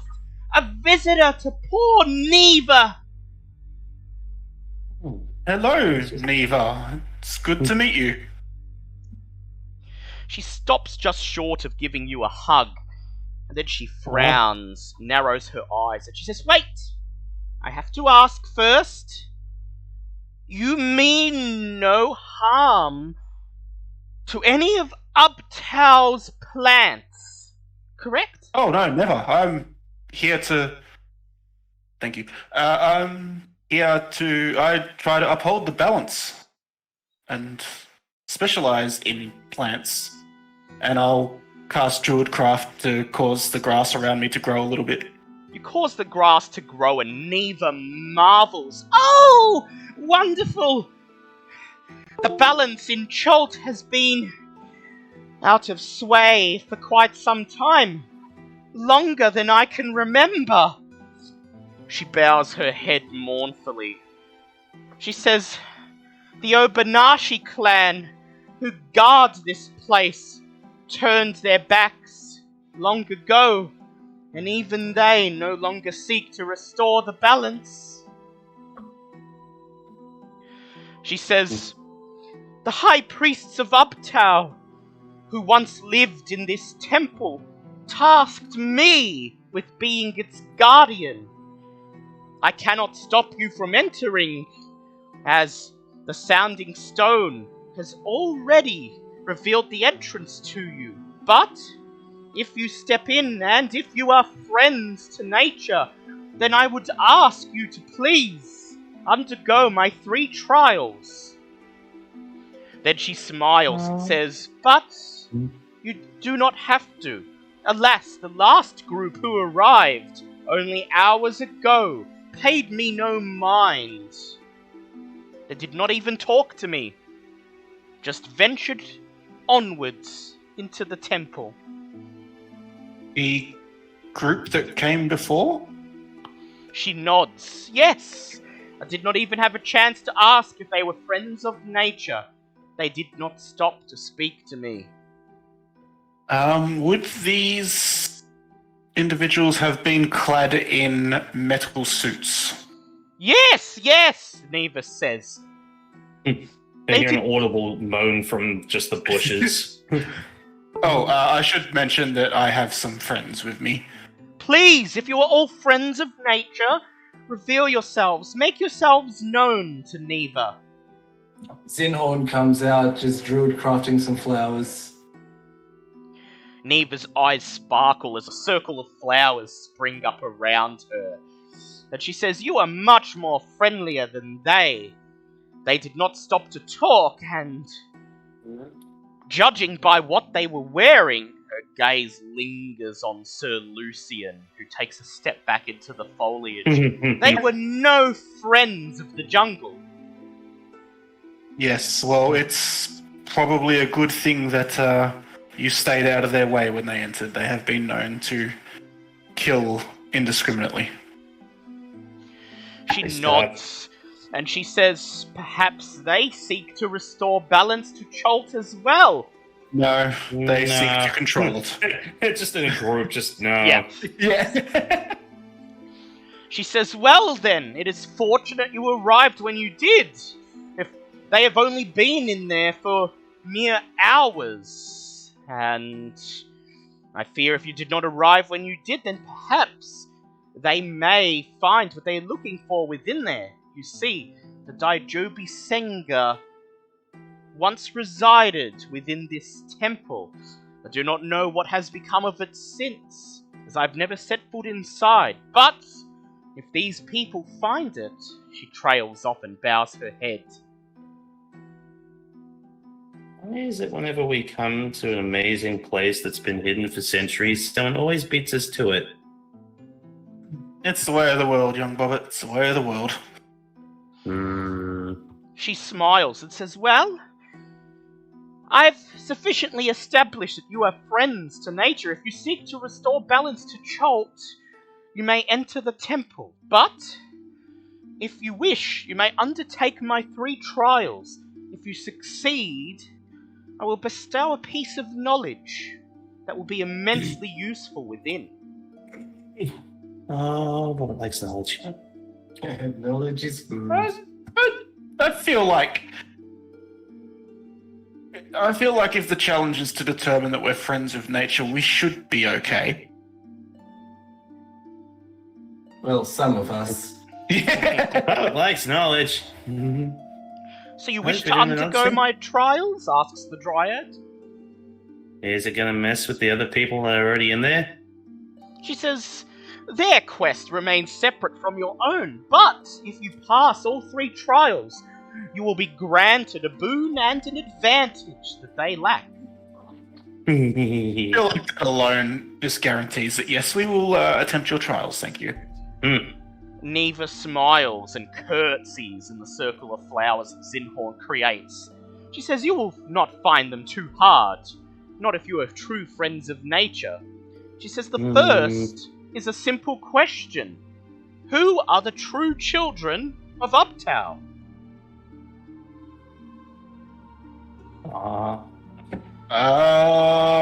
Nervous. Oh god, the If you want to if you Is it want to hint in gods? character, you may make a history or a religion check. Ooh, I can definitely go for that one. Why do I have better religion than history? You know, it doesn't matter. Because you were studying Uptown back in That's right. 18. Yeah, Just like Bobbit and Alessandra just tag teaming this. Just Yep. Yeah. I think we know this one. So, Bobbit, yes, Bob, did you want to do something? No, I feel like Bobbit probably has the answer to this one. So, Bobbit, you Oh. remember when you first left Port Nyanzaru, you remember Mujarib telling you to always respect the dinosaurs in the jungle. That they are the children of Ubtao. Indeed, you remember studying Ubtao's scriptures that you took from Mezro, and the scriptures state that before humans or the Tabaxi from Maztica or even elves populated Chult, the first life forms that Ubtao brought to life in his jungle were the dinosaurs. I was just sitting there thinking, going, ah, yeah, it was the dinosaurs. They're the true children. Neva smiles and she says, correct. The dinosaurs are Ubtao's children, once living in peaceful harmony with the other dwellers of the jungle. Now, with the Daijobi Senga corrupted, they are nothing more than mad animals, attacking and eating all who they find. Your minds flash back to the time you were ambushed by a T-Rex in the jungle. Neva I raised nearly got eaten by one more than once. Neva raises Yes. her hand and says, very well, here is my second trial. She clicks one of her fingers and a small globe of light appears in the palm of her hand. She raises her palm and the globe of light slowly rises above her palm. Then it begins to drift around her, circling her, moving faster and faster. It drifts past you all, and then darts away into the nearby foliage. She says, catch the light, if you please.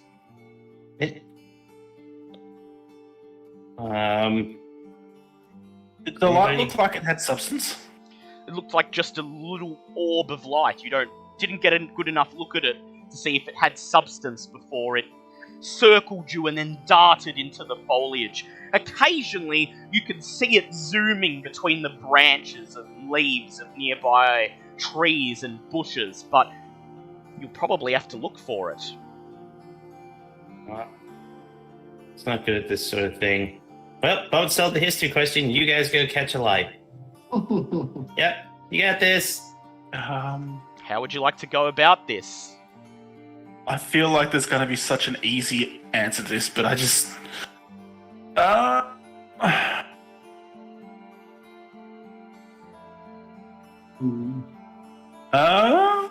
I would like to use my staff to cast Speak with Plants Yep. and ask the plants to lead me to where the light is. Very well. One of the nearby trees whispers in your mind, it will be done. Follow our lead. And then beside you, Sir Lucian raises his sword and says, do not worry, I'll catch it! And he rushes into the trees. You sigh and He's gonna die. You sigh and calmly follow him into the foliage. I would like you to please make an insight check with advantage as the Okay. trees Yeah. direct you along the path that the light orb took. And that right there is why I'm not going with the help, because Yeah, well, it doesn't help if your rolls are shit. That's a 10. that is 10? also true. That's still Yeah. enough. That's still enough. Awesome.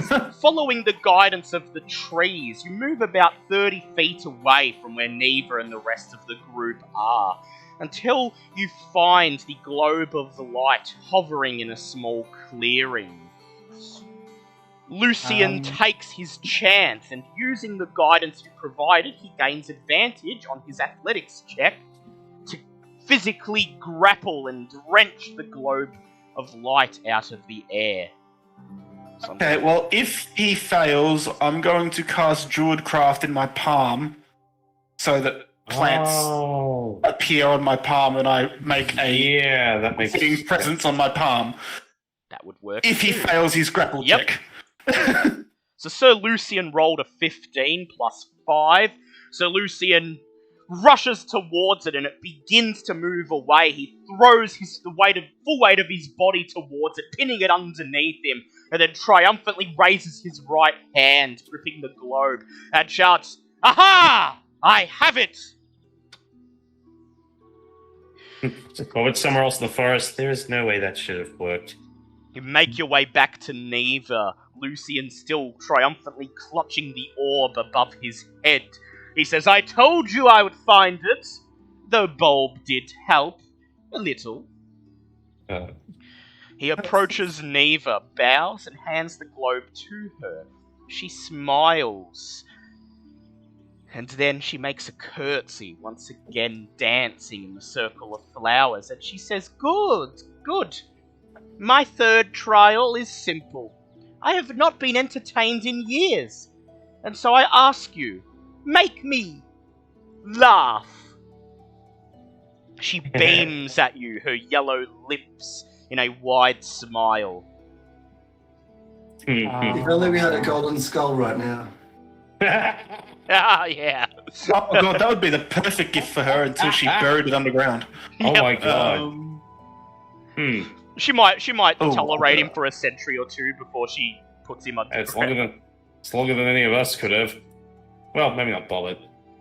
Find a way to entertain her. What would you like Oh, to do? she said laugh, correct? Laugh, but perhaps she just wants to be entertained. It's been centuries since anyone spoke to her, after all.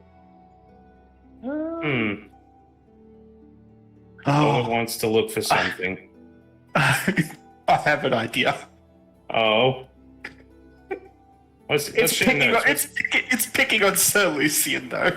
Really? Cool. Compare notes. What was yours? I was gonna cast Entangle around him and then tell him that there's a banana behind him. I was going to go look for a banana, but I like that better. I would like to cast Entangle around the Sir Lucian without him knowing and then tell him that there is a banana falling towards him. What? A banana? Says Sir Lucian. He turns around, drawing his sword and shield, and attempting to jump away. The vines erupt from the ground, wrapping around his ankles. They catch him and pull him to the floor. You hear the clatter of metal, and Neva laughs raucously. Sir Lucian grumbles, and then you hear him mutter, "There's no bloody banana! You played me like a fool!" And yet, you are the one that is the reason she is laughing. Good job. That's 2 for Sir Lucian. With Bob's help. You hear Sir Lucian groan, and you dispel the entangle. He slowly climbs to his feet, brushes dirt and mud off his armor, looks at you, giving you an indignant look, and says, "Well, I'd never." He says, "I agreed to entertain her, not to be the entertainment." Well, what was your plan then? He says, "I was going to regale her with jokes told around the table back in my youth in the Scuttlebutt household." Oh, this worked just fine. Actually, We're ready to go. then. Bobbit's going, wait, Bobbit needs to hear one of these jokes.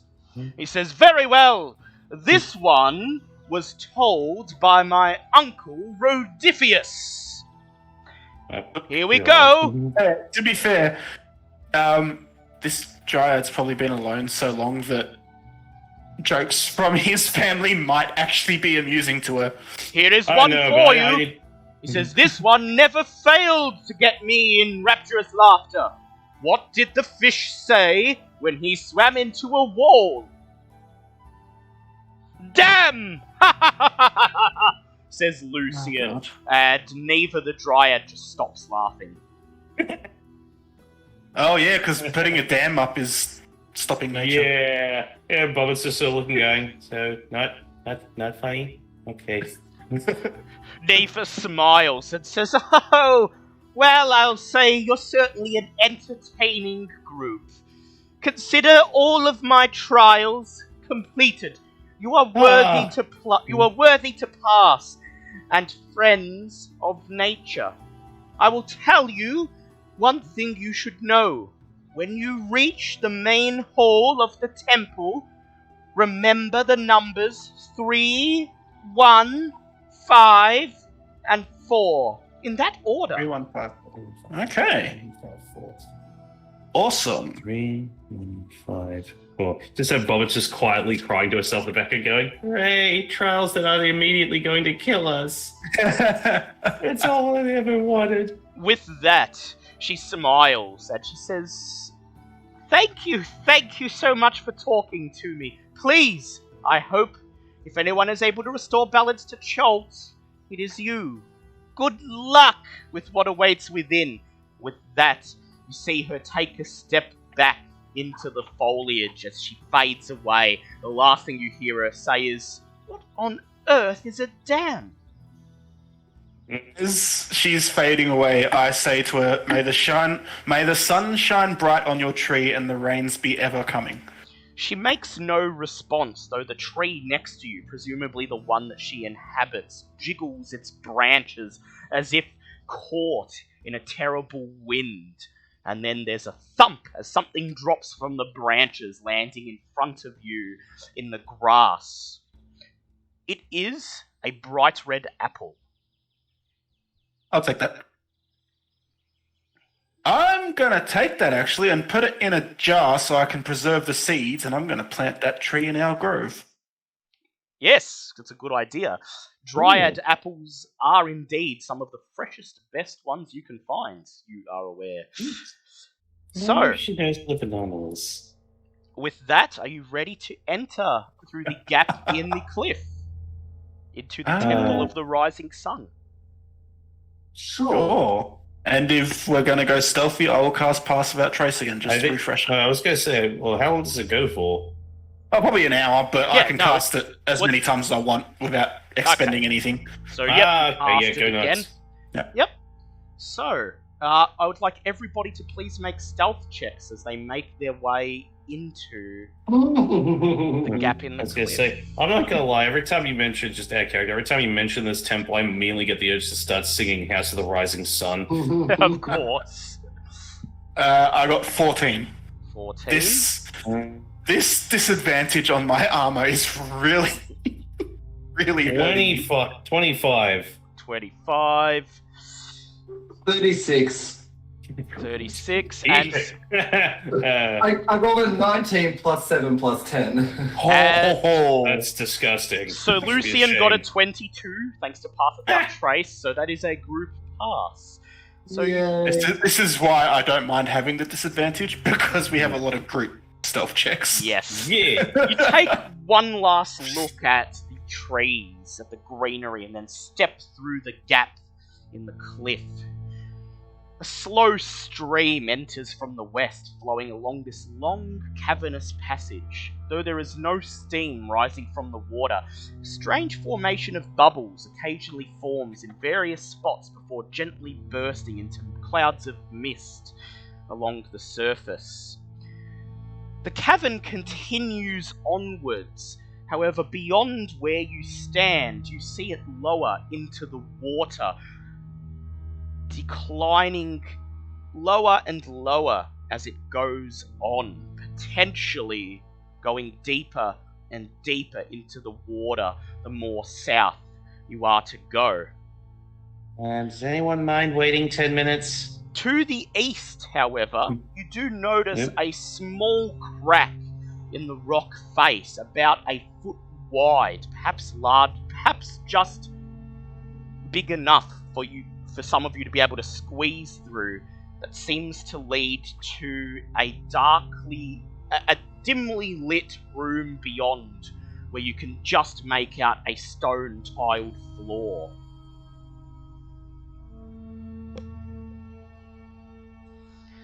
What would you like to do? I feel like it wouldn't hurt to explore this cavern if we wait for Bobbit to cast water walking. No, water breathing. Oh, water breathing, sorry. Breathing, yeah.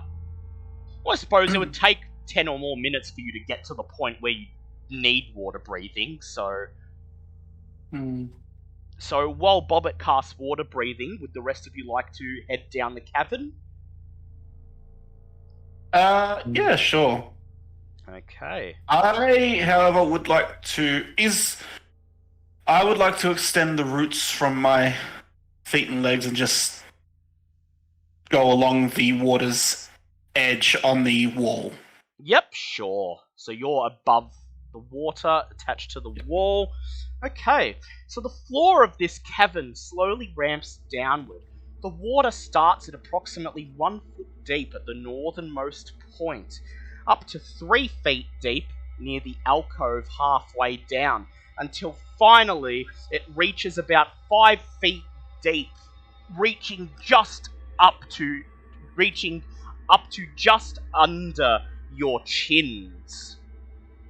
I would like each of you to please make con saves as you move deeper and deeper into this brackish water. Now, is this because they're in the water, or is this because of the mist This is because outside the water? This is because of the mist floating above Okay. the water. Okay. That is a 19 con save. 19. I got a 21. 21. So Lucian passed and Bobbit's not in the water. You do your very best to avoid inhaling the mist that occasionally rises above the water. In fact, Bulb or Zinhorn, you may make a nature check. Nature check? Okay. That's probably best to be you. Yeah, so I got a Wow. +6. I say, look at that, Mister. Oh, I didn't know why I took nature. Yeah. Yeah, well, once again, fucking dice rolls. That's a 9. Yep. So, as you make your way around a cloud of mist and hold your breath, you peer into the water, and just below its surface, you can see softly glowing blue fungus. You cannot identify it. Perhaps this is the source of the mist. Perhaps it is releasing toxic fumes above the water. I would like, because I still have a heap of jars. Yep. I'm gonna just relabel this one to say Dryad Apple. I would like to get one of my large jars and get some water and some of this Alright, moss. make another nature check, please. 11. You dive under the water, swim down to the bed of the river, and pluck a couple of the glowing mushrooms. You carefully manage to extract one and place it in a jar with some water, but the two next to it spit out a cloud of toxic fumes, and you have no time to hold your breath, and so you are poisoned. Okie underwater mushroom. So I got a large jar of an underwater mushroom. Yep. Is that correct? Yep.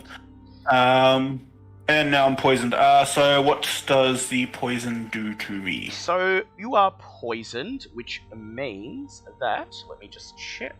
Poisoned is a condition, and I think it's 1 minute of disadvantage you get with attacks. Yep. You I have believe. disadvantage on attack rolls and ability checks for the next hour. Hour. Okay. Do I have anything that can? You reach. The respiration. You reach about halfway down the cavern. The water at this point almost reaches your nose. Anything beyond here would require... Travelling beyond this point would require you to journey under the water itself. However, you can reach a small alcove of land that you can see to the west, just above the surface of the water. Yeah, I'll try and go there. Bobbit casts water breathing. Is everyone within 30 feet, or do I have to move closer to cast that? They're within 30 feet. Okie Bobbit, dokie. Bobbit casts water breathing and then joins the others. And Bobbit, you are immune to poison, so you don't need to make the con save.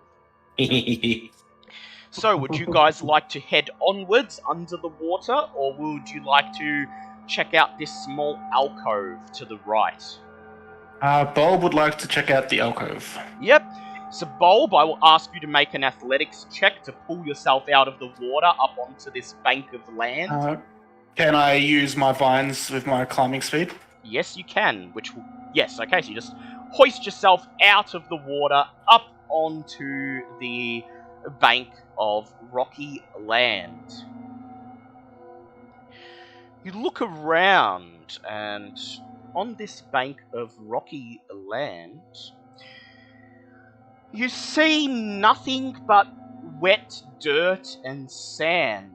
However, at the very rear of the alcove, you can just make out what appears to be a wooden crate buried in the mud, surrounded by red vines.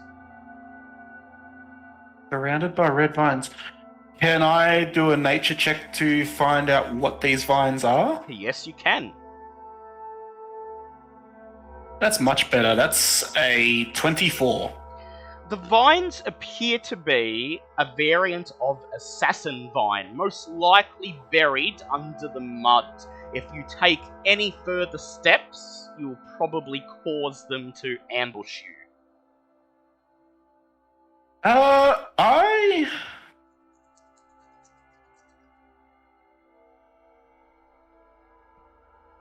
don't have anything that I can feed them instead. You want to get everyone else up on here and just fight them? That could work. I just realized that I have Speak with Plants as a spell as well as my staff, because that's stupid of me. Yeah. I would like to Speak get to everyone up here. I would like to get everyone up here in case they do try to attack me. Yep. But then I would like to use my speech of Beast and Leaf to try and use a charisma check to try and get them to leave us alone. Yep. So I know. I would Zinhorn- like Zinhorn and Bobbit to please make an athletics check. Or an Zinhorn is acrobatics going check. to turn into water elemental Yep. and just stay like right on the edge Edge of the water. Yep. of the water in elemental form, ready to. Ready Ready to for it. attack. All right. So Bobbit, I'd like you to make an athletics check, please, to pull yourself Then out of the water. I'm going to activate my shield, animated shield, before I go elemental For form. you. Yes, good idea. So it hovers That's around you. 18 for athletics. You hoist yourself out of the water right next to Bulb and Sir Lucian as you hear Zinhorn shout out, "Auto defense straight!" and then bubbling water as he turns into a water elemental, merges with the brackish liquid, and his animated shield begins to circle around him. Now, Bulb, you tap your staff into the ground and casts the spell. Immediately, the ground beneath your feet rumbles, and the mud and sand part, revealing 3 assassin vines. Oh, They lovely. say nothing as they begin to slowly edge across the ground towards you, the red vines grasping and flailing. What would you like to do? So I have the ability to communicate in a limited manner with beasts and plants. They can understand the meaning of my words, so they have no special. I have no special ability to understand them in return. I have advantage on all charisma checks I make to influence them. Yes. So I would like to influence them. I would like to say to them that inside the temple that they are currently outside of, there are big, lumbering meat sacks that would be much easier targets than us. Okay, I would like you to please make a persuade check with advantage. I only need one good roll. I rolled 2 16s, so that's 15. 15. Hey. The DC was 16. The assassin vines flail around, and a voice enters your mind and simply says, "Why travel through the water when food is here? Besides, Fair enough. those in the temple wear metal." Please roll for initiative. What's next going? So, talk's going good? No, prepare yourself. Ah. And there's the 18, so I got 19 for my initiative. Can we just go back and get the Dryad lady? She could yell at them. Dryad lady! Vines are being mean. Make it stop. Too bad there's no plant friendship. Yeah, like Yeah, animal weird, that. friendship. Yeah. So Zinhorn, yeah. how did you go for your initiative? 22. 22. How did Bobbit go? 14. 14. Okay, Zinhorn, you are up first. Okay, so Zinhorn is going to launch out of the water and do. That's there it is.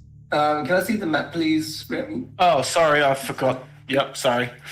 There we go.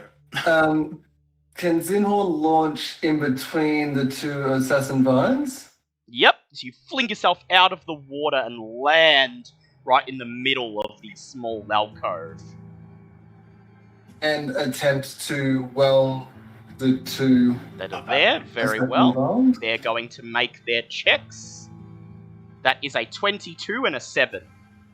So Assassin Vine 2 fails, is pulled into your vortex.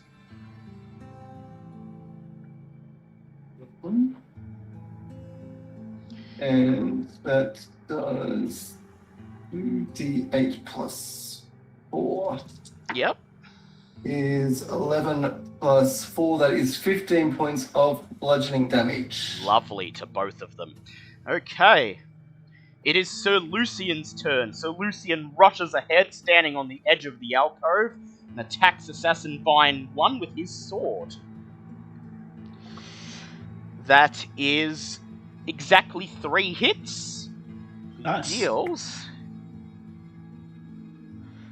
plus 16, 24. He deals 35 points of damage to Assassin Vine 1. And then he's going to spend a superiority dice to use a sweeping attack, dealing 7 points of damage to Assassin Vine 2 inside Zinhorn's screaming water vortex. It is now the enemy's turn. Assassin Vine 1 crawls closer to Bulb and attempts to constrict its vines at him. That is a nat 20. Yeah. So, Bulb, you take 24 points of bludgeoning damage, and you are grappled in its vines. Okay.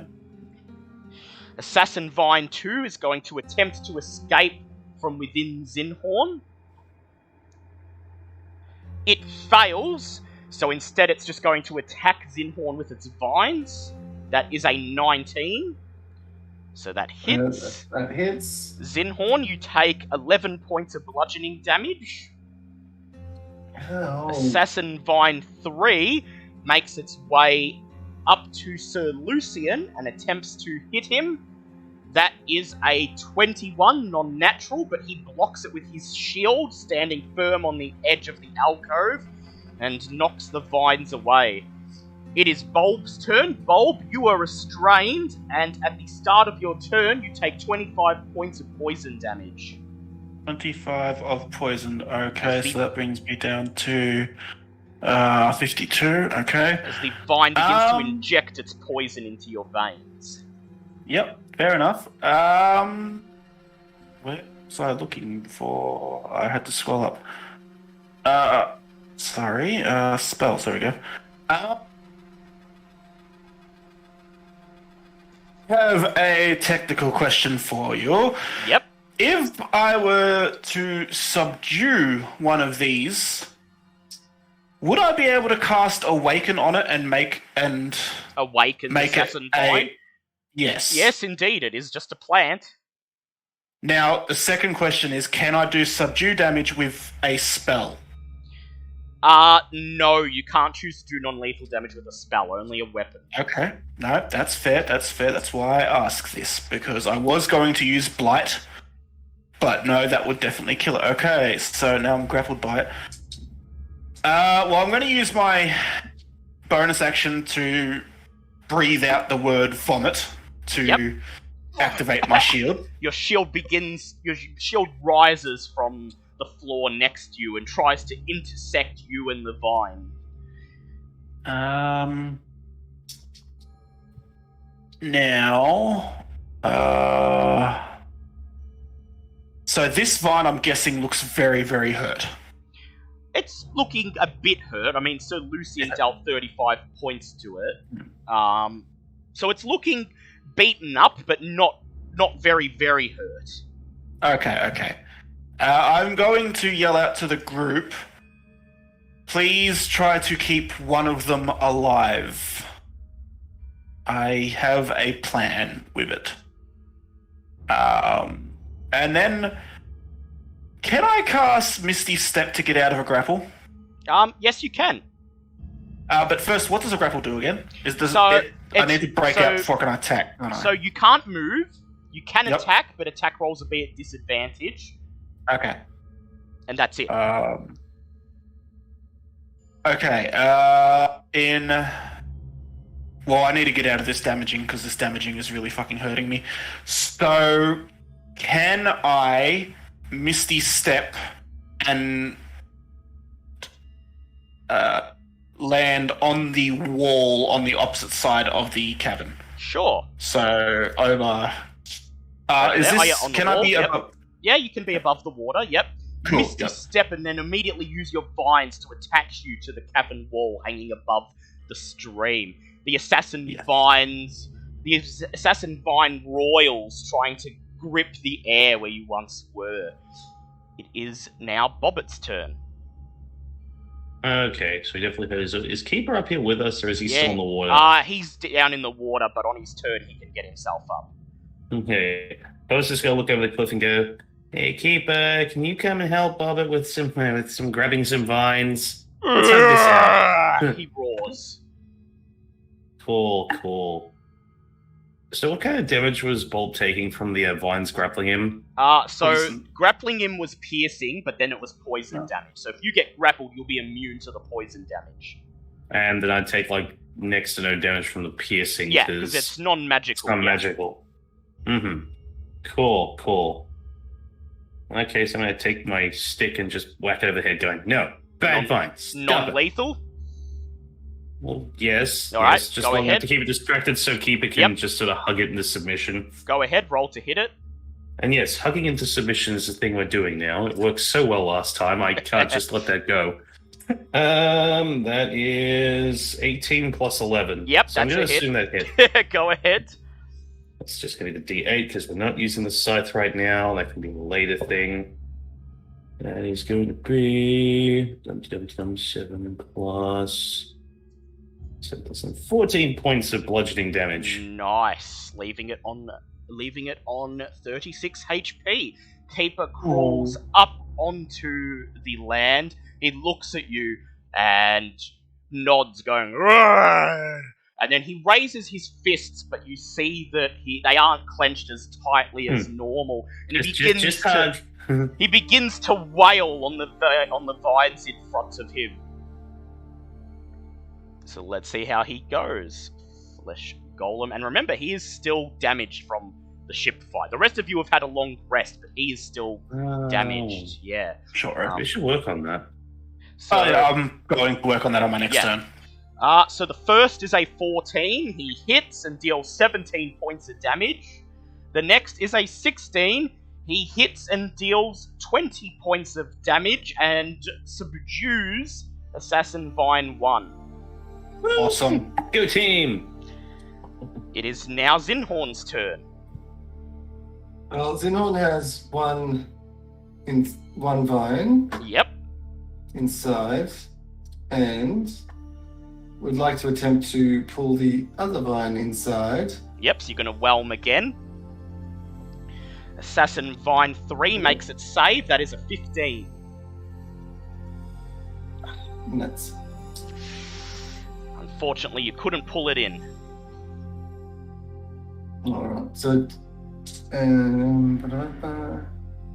start of each of the elementals turn. So still the one that's inside still takes. Yep, still takes damage. 9 plus 4 is 13 bludgeoning damage. 13 bludgeoning damage. Nice. And it is, and so that's a nice amount of damage to both. Okay, it is Sir Lucian's turn. Grips his sword and attacks Assassin Vine 3. 3d20. Hits all 3 times. And deals d8 plus 24. 40 points of damage to Assassin Vine 3, chopping off some of its vines and branches. It looks close to death. Assassin Vine 3 moves past Sir Lucian, seemingly scared of him, moves up towards Bobbit, and attempts to grapple. Does that mean Water Elemental gets attack of opportunity? Indeed, Water Elemental does get an attack of opportunity. That is a 14 plus That's 7, so yeah. That's already a hit. Go ahead, roll your damage. And D8 is another 13 points of bludgeoning damage. 13 damage. Ooh, you blast it towards the edge of the cliff, but it still continues making its way towards Bobbit. It lashes out with its sole remaining vine and rolls a 23 to hit. Hitting Bobbit for halved 12 points of bludgeoning damage. And Bobbit is now grappled. Aw, it likes me. Assassin Vine 2 attempts to escape from Waterhorn, but cannot, so just flails its vines inside, rolling a 19 and hitting Zinhorn for 7 points of bludgeoning damage. It is now Bobbit's turn. Oh, sorry, Bulb's turn. Okay, I'm just going to. Well, I've got one of the vines have been One of the made vines subdued, is subdued. so that's okay. I'm going to just ready an action that when Keeper moves so that Bobbit isn't in the way of a ranged attack on it, I will throw the Javelin of Lightning at Keeper. Ah, yes, good idea. But I can't throw it at him now because Bobbit's right in In the front way. and she'll get Yep. hit by the electricity. Okay, it is now Bobbit's turn. I'll yell out, Bobbit, get Keeper out of the line of sight. So that she knows. Yep. And he'll be right back, apparently. Ah, yes, okay. Well, in that case... That's like perfect timing. Ah, there we go. We'll have to wait because I'm sure he wants to get the kill. I'm sure he doesn't want to have the kill stolen, and if I let anyone else go, then the kill will get stolen. So Keeper just nods with understanding and roars. His eyes fixating on the javelin in your hands. He's ready to be healed. And then he turns to Bobbit, flailing his hands in a hand gesture that plainly says, "Hurry up! Hurry up!"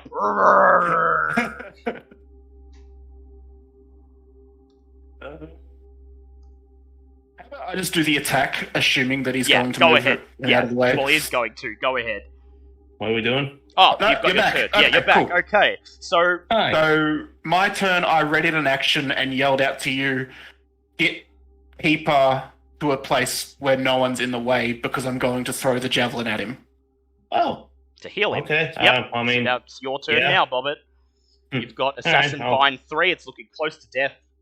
it's grappling me at the moment, so Yes. just while it's hugging me, I'll just look over at Keeper and go sit where Bob can see you without getting anyone else in the way, buddy. He just nods and roars. And I will make the. You're gonna try to Attack roll. you're gonna try to attack the assassin vine while it's got you restrained. You can still attack, you just can't Oh. move. Cool. Can I grapple a grappling vine? You can counter grapple it to try to escape,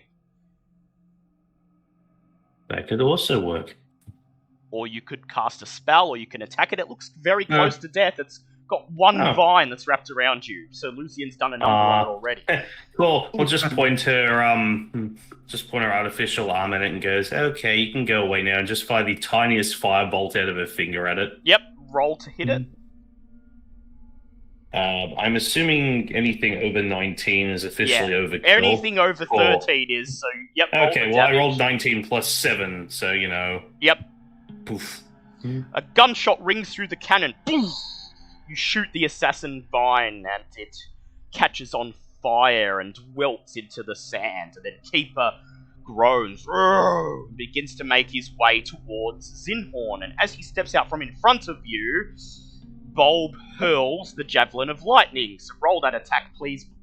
I got a 14. I don't know if Yep, that hits him.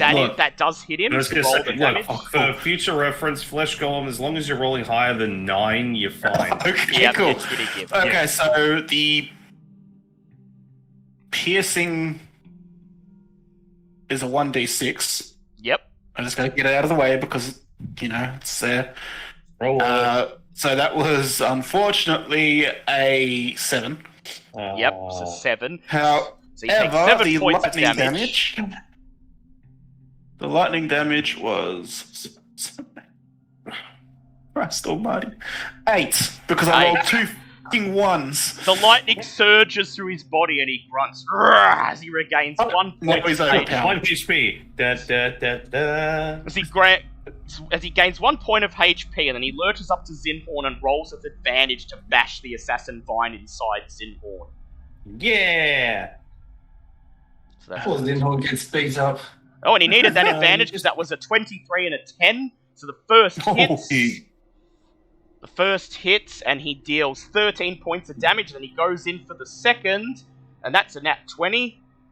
He deals 48 points of damage to Assassin Vine 2, wrenches it out of Zinhorn, and then rips it apart in his hands, roaring as bits of dirt and bark tumble down onto his head. God, I love Keeper. And Zinhorn just So much. leaves the bit of water where the vial sorted out just a hole in the side of him. Yeah. And then it quickly I was fills just sitting in. back and going, sorry. And then it quickly fills in like the T-1000 as the water fills the hole. Yeah. It's just Combat Zinhorn is just glaring over. at Bobbit. Just Zinhorn glares at Bobbit, just dun dun dun dun dun. Combat is... I'm going Yep. to. Sorry, you finished. The combat is over.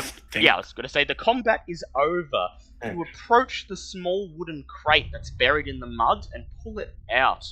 It mostly contains scraps of fabric and shards of glass and pottery that have been destroyed and consumed by the assassin vines.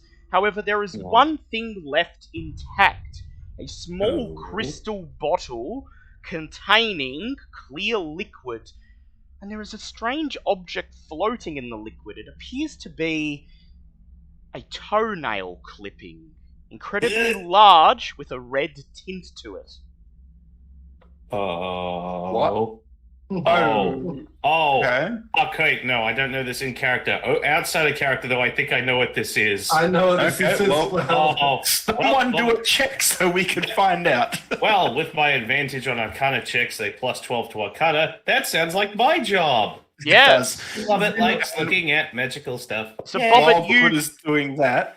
Yep. It's a freaking nat 20 without even rolling for You, advantage. you grab That's the just crystal. a casual 32. You grab the crystal bottle up out of the crate and look at it. And as soon as you see the toenail clipping floating in the liquid, you identify it as a potion of fire giant strength. Oh, Oh, that's one of the higher ones too. Ooh. yeah, Yes. that's like you go up to 25 It does. strength when Gives you your drink that. strength goes up to 25. Perhaps it was brought here by one of the Sabatons. Oh, Now, I While know Bob's who's doing that, Yep. I'm going to grab a large jar and basically shove the Yes. assassin vine in it. Yeah, just keep it, just casually, just flings it off his shoulder. Just You grab one of the largest jars you have, uncork it, and pick up the assassin vine, and as it idly attempts to reach out to you with one of its vines, you shove it into the glass and then slam the cork back on. Yes. It's a wonder When the we are glass. flying back, I'm going to awaken it. It's a wonder that the Ooh. jar doesn't break as the glass is bulging from the oversized organism you've placed within it. Okay, so potion of fire giant strength. Yeah, who wants that? Now I know who the obvious pick is in all of this, but I mean, So when I'm Lucian, not spellcasting, strength is what I'll be using, but it's not overly necessary. so Lucian just looks Okay, so over there's at three Bobbin and options. says, Yeah. "I'm not consuming anything with a thumbnail in it." and Bob just looks at it. Well, actually, it's a toenail, but you know, neither neither. Lucian just shudders and says, "I'd rather drink banana juice." Oh, Bob loves that. That sounds It's very nice. refreshing. Okay, so you and me, buddy, because Bobbit could definitely use this. Yeah, you take it because I'm now more of a. Oh, this is gonna be fun. Also, I'm gonna drink a potion of greater healing. That's a good idea. Is that 2d8s? No. Greater what's healing a greater? is 2d. Is 4d4. yeah 4d4 4d4. plus 4.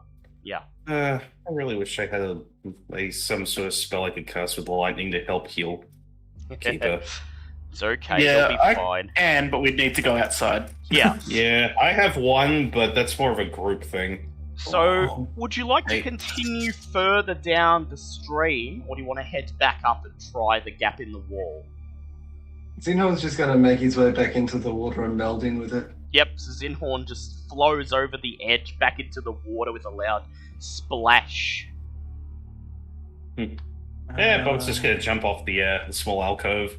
Yep, Bobbit jumps down, immediately See- submerged under the water, but thanks to your magic, able to breathe. As Bob is about to land, Zinhorn just appears out of nowhere. So Lucian Um, shrugs and jumps down, immediately sinking into the water thanks to his armor. Oh, well, I guess I can breathe underwater now because of the spell. Yeah, I'll join them in the water. Yep. May as well. Although, before we enter the thing properly, we're going to need to do a short rest because, yeah, I got hit quite badly that Did, fight. did you not take a long rest after the travel? Because you always get a long We got a- rest. Yeah, you always get a long rest when you arrive. So Oh, yeah, okay. yeah. Okay, so I gain 3 hit points Okay. because I was nearly at full, and then I got really hit by that. Yeah. So I got wild shape again. Actually, that's okay. I'm okay for a while then. all right. Okay. Okay. So you wish to move further south down the passage? Yes. Very well. Okay. The water rises above your heads. You sink down into it and start swimming further south. As you do so, I'd like everyone except Bobbit to make a con save. Sinking deeper into the water, more of the poison. Again, Yep, against the Yeah. poison fungus. okay, water elementals immune to poison. Yep. So just Bulb and Sir Lucian. If I'm already poisoned, do I still need to make it? No, you don't. And Sir Cool. Lucian failed and is poisoned. Yeah, we're all poisoned. He tries as hard as he can, but trying to swim in his armor, he's not able to negotiate around the clouds of toxic spores released by the glowing fungus at the river bed. Inhales some and looks at you, his skin greyer than normal. I was just having a nice time. You reach the You reach the draining pool at the very end of the river. A small cave a little over 6 feet beneath the surface. The small pool drains out at the bottom of this cave through an extremely small crack at the southern end. You don't see anything of note in this cave, though as you turn to make your way back, you see a ripple in the water that quickly coalesces into the form of a water elemental. Okay, turn around, swim back. Fight. Please roll for initiative. No. Zinhorn, one-on-one. Oh my god, wait, yeah! Oh my god, it's like elemental rock'em sock'em robots! For the rest of you though, this is underwater combat. Oh yeah, we're true. in a world of shit. I got 10 on my... 10. You and me both. What's your dex? 1. Yep, and Sir Oh, plus Lucian. 1. Okay, so mine's first. Sir Lucian Yeah. got an 8. What did you get, Zinhorn? 19. 19. Okay, Yeah. the water. Oh, underneath 20 this time. Wow. The water elemental goes I first. rolled an 11, come on! The water elemental goes first. Sensing prey have entered its cave, it sweeps through the water, approaching the group, and then it forces its way between Sir Lucian and Bobbit, and makes a whelm attack. I'm just gonna casually hold a breath, because this is gonna suck, literally. Okay, I would like Bulb, Sir Lucian, and Bobbit to please make a strength save. Okay, I what read is that my potion strength? before we started. Ah, god, that's There we I'm go. gonna cut it. That was only Fuck. 12. I got an 8. Sir Lucian got a 13. Okay, so it instantly sucks all Cover. 3 of you into its vortex, and you take 9 points of bludgeoning damage. This isn't nearly as fun when it's out when we're on the receiving end of it. They're not just looking over going, oh my. It is now Zinhorn's turn. Well, weren't. since I now know where this water elemental is because it has things inside it, Yep. just going to, just slam it. Come on and slam! And that's a nat 20. Oh, yeah. nice. Come on and slam and welcome to the jam. Let's go with these 2 dice, I think. And that is, what am I adding? I'm adding 4, so that is 5 plus 8 is 13 plus 4 is 17 times 2 Yep, is so 34. 34 points of damage to the water elemental. Very well. And attack number 2 is a 16 plus 7. Excuse that hits. And that is 8 plus 4 is 12 plus 4 is 16 points of damage. Nice. Some nice damage on it to start with. Okay, And then he's going to melt into the water and just sort of disappear. Yep, fade back into the water, just like this water elemental was to begin with. It is now Bobbit's turn. Bobbit, you are restrained within the water elemental. You can attempt to escape, or you can launch an attack from here inside the water elemental. Either way, it's going to be with disadvantage, because even if you get out, you're still underwater. Fair enough. What to do.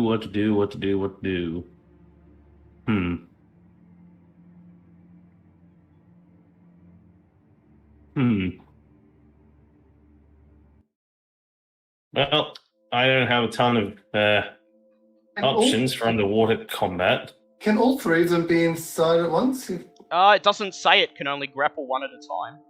The elemental can grapple 1 large creature or up to 2 medium or small creatures at one time. Okay, so in that case, Bulb, as the biggest, gets forced out.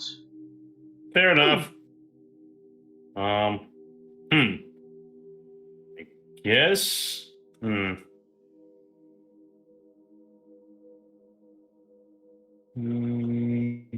What would you like to do?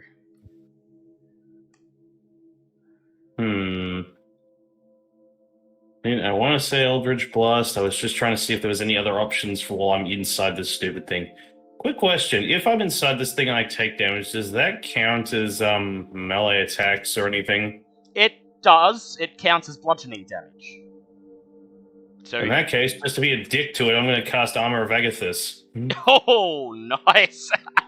It's just, Bobbit just upside down, a swirling vortex of water, just looks slightly annoyed, and then all of a sudden you just see, like, dark energy surround her, goes, It is Keeper's turn. He opens his mouth, expelling bubbles, approaches the water elemental, and underwater, attacking with disadvantage. The first is not a hit. The second attack is a hit. He deals 17 points of damage to the water elemental. You imagine he's screaming Bobbit's name, but all you can see is bubbles floating out of his open mouth. Bobbit didn't know he could talk. Yay! It is Bulb's turn. I don't know. Just looking up a spell. Yep. Ooh.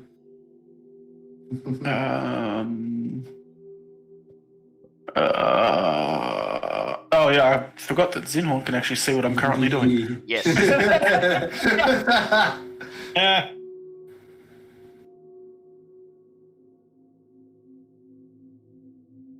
This is probably the best option I've got at the moment. I'm going to get to within 5 feet of it. Yep. So I swim over to, like, here or something. Yep. And then I'm going to cast Blight on it. Ah, good choice. Good choice. Because it's necrotic damage, not poison. Yes. Yep. It has to make a Constitution saving throw. It rolls a 15. That is a fail because my DC is 17. I do not have 8d8 with me at the moment. So, exclamation mark, 8d8. 46 damage. Ooh, that is nice. That was a good roll, actually. That was a good roll. Okay, the blight infects the water, turning it a sickly green colour. It is now the water elemental's turn. At the start of its turn, Bobbit, you take 7 points of bludgeoning damage. Oh, that's a shame. So Lucia takes 25 14 points of cold. And the water elemental takes 25 points of cold instant damage. Cold damage. And Is it cold around here? You feel the water letting go as the cold damage destroys the water elemental. Oh. Fair enough. I'll take that. I'll take that. That was just a deliberately cheeky dick move just to piss it off. Cool. I still keep the remaining temporary hit points. Yeah. Oh, yay. Bonus. Combat is over, Sorry. and you still can't see anything of value in this small draining cave, but if you'd like to search it, feel free. Zinhorn comes up behind Bobbit and just starts growing. Bigger and bigger. Yes, devour. Eat it to become better. Yeah, it would be an investigation, I guess, if we're actually would. searching for stuff. Yes, it would be an investigation check. I would like to help someone. Well, But I would water not like to elemental can potentially. Yes, Waterhorn might be able to. Yeah, I will help someone look, but I'm not going to be the one to make the roll. Zinhorn, make an investigation check with advantage. That is a 14. So, you merge with the water, swim around the small cavern, and stuck in the small crack at the rear that the water is draining out of, you see a tiny stone key. It once had markings engraved on it, but they've long been eroded away from the draining water. It's going to go and sort of suck it inside. Pick up the key and pull it inside. Yep. And then you bring it back to the others. Deposited. And then, Yep. yes, it just sort of reach out the hand, and the key, you just see it move slowly down the arm and into the hands of whoever. Who's going to take this old stone key? Bobbit, do you have the mending spell? Yeah. If you cast mending on it, would that bring any details back to the surface of it? Could try it. If you get once you get it to dry land out of the water, maybe. Yeah. I would say give it to Bobbit so we can try that. Okay.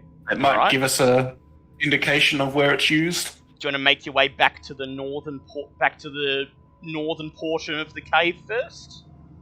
Yes, that's what I vote for. Yeah, good idea.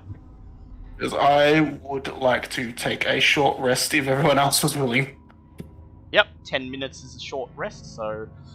You turn back the way you came and swim upstream. Eventually, the ground rises up again and you're able to wade through the water. You pull yourselves out of the water back onto the portion of dry land at the mouth of the cave. Bobbit reaches over and casts mending on the key. You see the part of the key at the end that interfaces with the lock. Its edges grow sharper and more pointed, and on the face of the key, a single carving appears. It is a tabaxi letter meaning priest. That's something. Nice. Oh, maybe there's a priest's entrance somewhere. Okay, well, with that 10-minute rest, I got back up to 99 health. Yep, No, I might as well use mine. so Lucian's going to as well. I mean, I don't lose that much health, but still. And then after the rest, I'm going to ask Bobbit to direct Keeper out the front, and I'm going to hit him with a lightning strike. A call lightning. I mean, if you're happy to... I mean, Yeah, I may as well.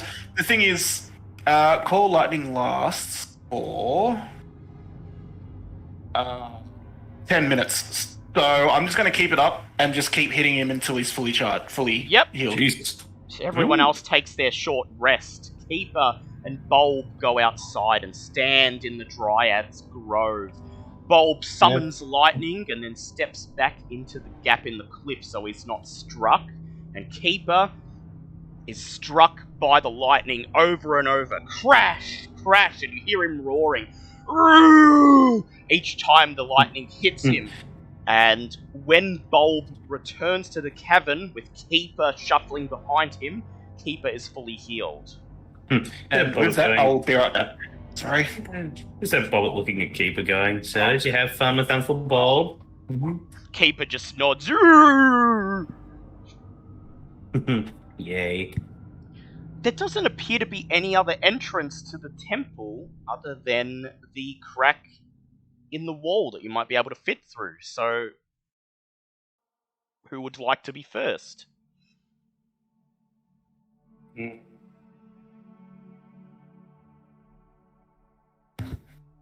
Well, Zinhorn Yeah, can get fits through through gaps of any size. anything of an inch, so Zinhorn can make it easily. Yep. Do you maintain your water elemental form during the short rest? Yes. Okay, yes. So Zinhorn, Because I can hold it for up to 6 hours now. yes. Damn. So Zinhorn smashes his watery mass towards the crack in the cliff face and sweeps through it, emerging on the other side within seconds. Oh, okay, I'm back. So, Zinhorn, you arrive on the other side and find this room to be empty, at least of dangers. You signal for the others to join you. Would everyone else like to make their way through? How big was the crack in the wall? It's big enough for you. It's about a foot. It's about a foot wide. You can make your way through. It's going to be a tight fit, though. Yeah, okay, I'll do that then. So you all make your way through the crack in the wall. It is a tight fit, but somehow even the bulb is able to fit. And granted, it takes nearly 20 minutes for Bulb and Sir Lucian, being the biggest among your party, to make their way through. I'm sure Keep will get through eventually. Eventually, even Keeper manages to make his way out through the other side. And you all emerge in a chamber made of stone. The walls of this chamber are dressed with runic carvings and intricate stone inlays. A reddish stone statue of a tall humanoid with flaming hair sits atop a 4-foot pedestal. A stone altar sits atop a dais amongst the north wall. On the opposite side of the room, there is a door leading out of this chamber to other parts of the temple. What would you like to do?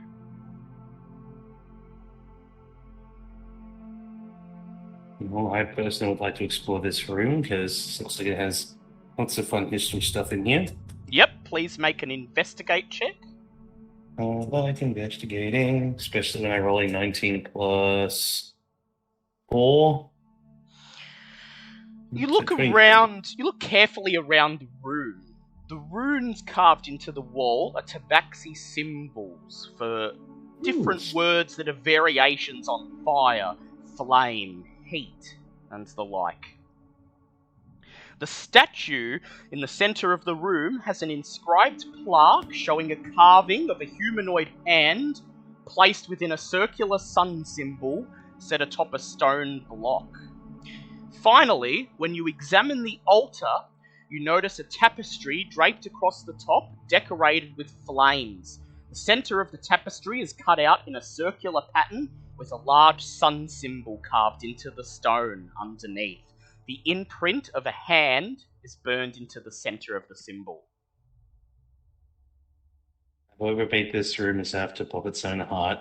There's fire everywhere. Oh. So, you could put your hand in that inlay, or you can leave the room. Before we do that, was there anything in the room that indicates, like, traps or whatnot in case this room is... No, you didn't find anything that could be a trap. Okay, I was just asking, because for obvious reasons, it's the first dungeon since the tomb. Yeah. So, gonna be solid reasons for being paranoid, because, fair enough. Hooray, the screams, the horrible, horrible screams. So the statue thing had a lot of indications for, like, the sun, right? Yeah, it has... So the statue itself is of a humanoid with flaming hair, and he's just sitting on top of a pedestal. But the plaque at his feet shows a picture of a hand placed inside a sun.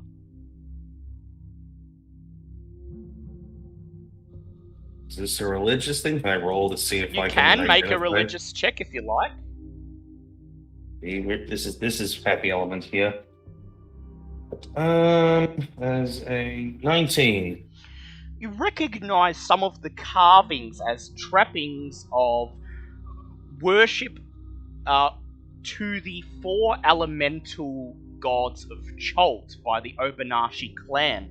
This room in particular seeming to be dedicated to Salamandri, the Lord of Fire.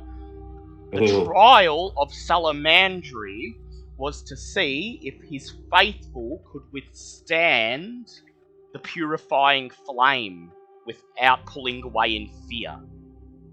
Okay, see, that part's a little more worrying, but we'll excitedly tell Zinhorn about this, because she knows he'd absolutely dig this.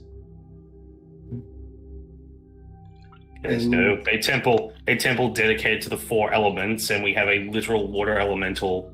Yep. Sitting right behind us. Granted, this is the fire element room, but still.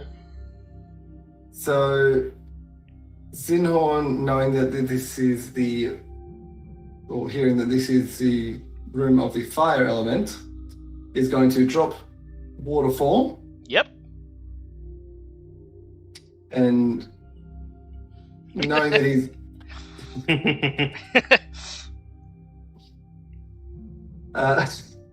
So, but the hand of the little inlet thing is, I'm guessing, going to, if the temple thing is anything to go by, it may involve getting your hand set on fire. Yep. Alternatively, there is a door leading out of the room if you don't want to try that just yet. I mean, Zinhorn feels like he's worked enough with his elementals to sort of be able to. Yep. So Zinhorn, and Alf once again, steps forwards and places his hand within the groove. Okay. I was going to say one of my hands is literally artificial, but hey, you go for that one. Zinhorn. This is an elemental thing. This is my thing. Yes. Okay.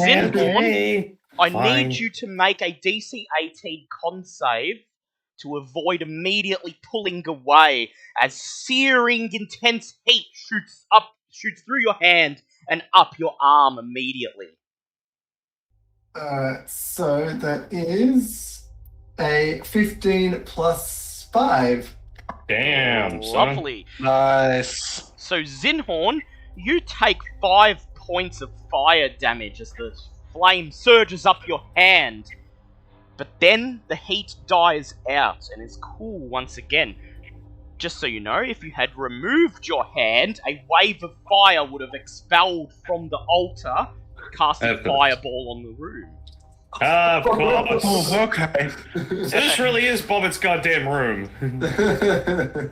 Enjoy the fire or enjoy it even more. More fire! Bulb. You hear a click. Pipes. You hear it. Oh yeah, Bulb, go ahead. Oh, sorry, if we hear a click immediately, Oh, I'll yeah. You hear might it. say something afterwards. You hear a click that emanates through the room, and the base of the statue opens, revealing a smoothly rounded piece of red granite. Oh. Well, I mean, you won Zinhorn, so... Yeah, Zinhorn reaches down and. Yep, Zinhorn, you extract the red granite.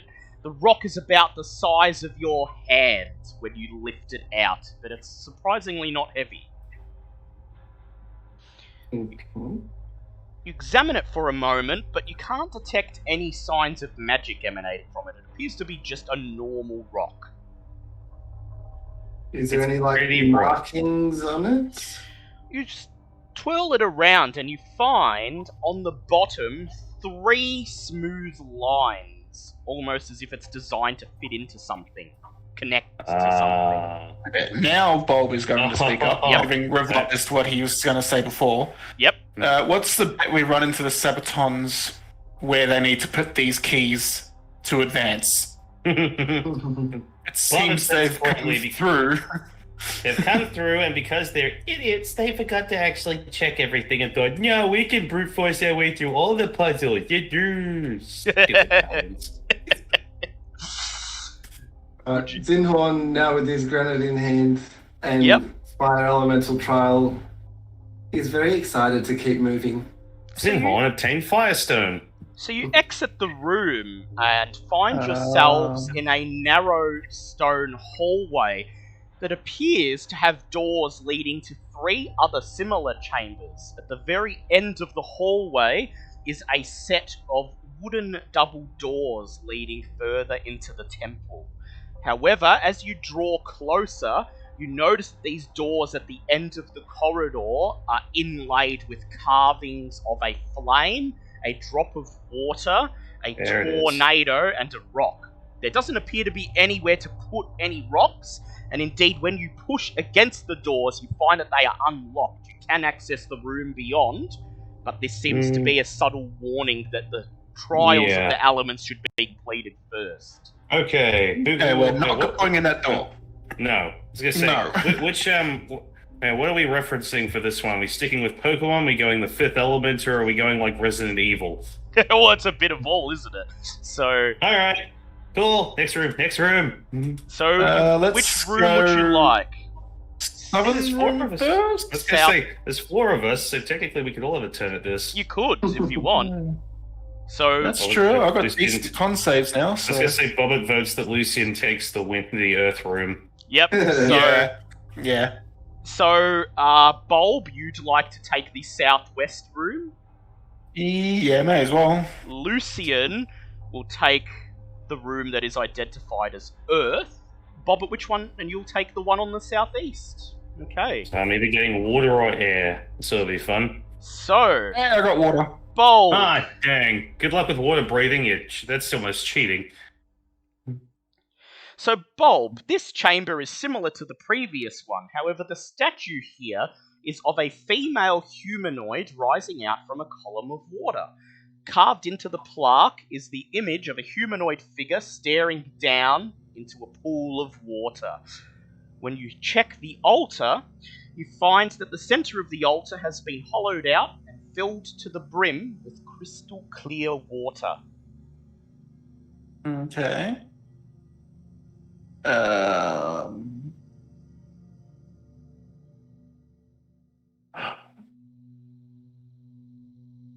You may also attempt a Can- history or religion check to get more context from the room. I will try a history check. Yep. And that Bobbit is literally down the hall. Yes. I got a 14. 14.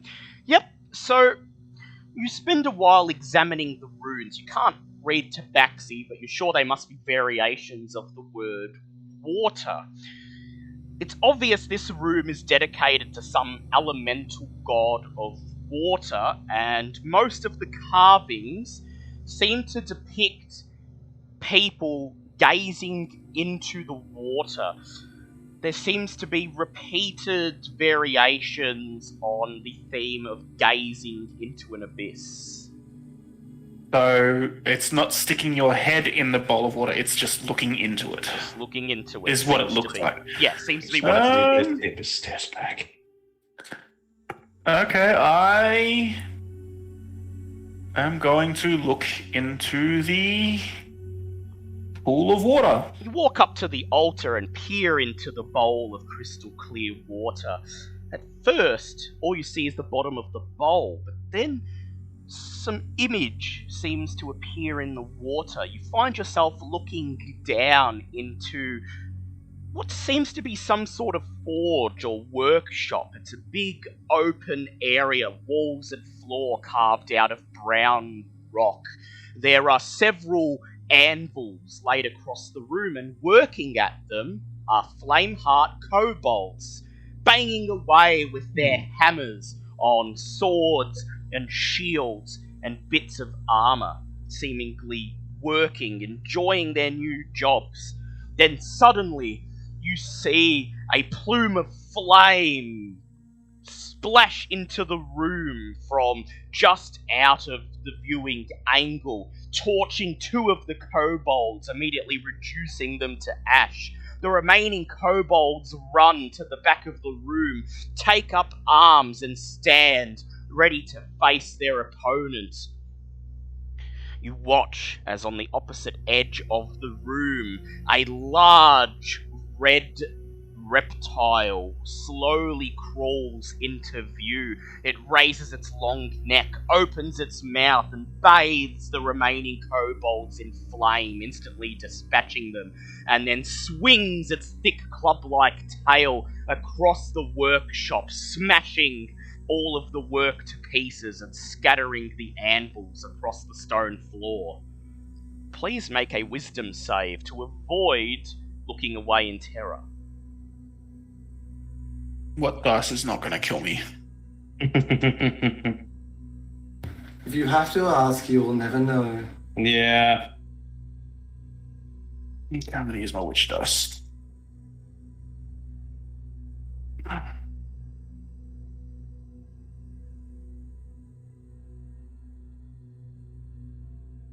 What is my modifier? It's a +9. I got a 19. You continue gazing into the water bowl as much as you want to look away. You watch the red dragon continue its rampage through the kobold's domain, quickly dispatching any kobolds it comes across.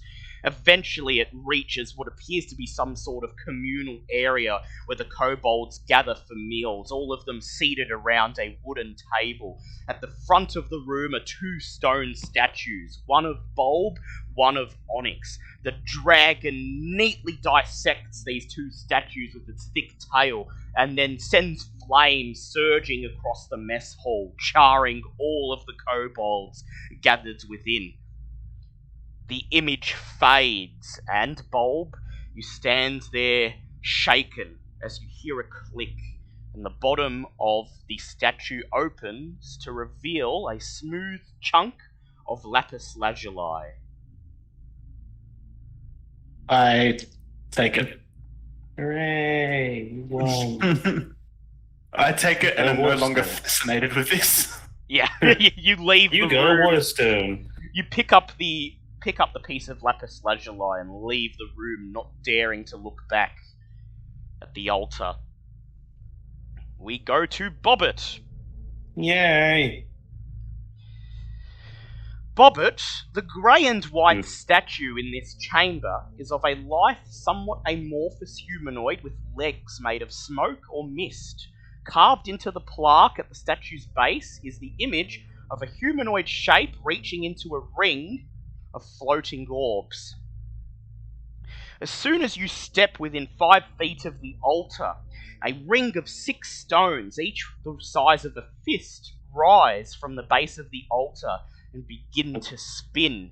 Each one periodically shoots a small stream of lightning into a 7th stone in the very center of the floating circle. The lightning streams seem to follow some type of pattern, with small moments in which there is no lightning at all. Can I do a check on the room to try and get more Yeah, insight into go how this ahead. works? Make a religion check. Religion. Well, that's what I would say if I didn't get 5 plus, I believe it was 5 plus 8? Yeah, 13. 13. You look around, examine the room. The runes are variations of the word storm, deluge, squall, and this appears to be an altar to Silpher, the Lord of Air and Storms.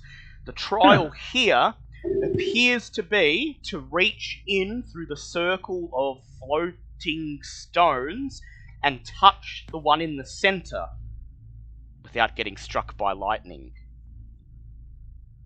Oh. See, this is where I have a small... Because I know I'm faster than Keeper, but Keeper is also immune to this. You could get him to do it. I know, but he's slower, so I don't know how he's going to go with reaching in there. Because I'm guessing I have to get your hand in there and out before the... Yeah, before the lightning strikes. It does seem to go on a pattern. The lightning does seem to follow some type of pattern, though. So if you would like to study it, you can make an insight check.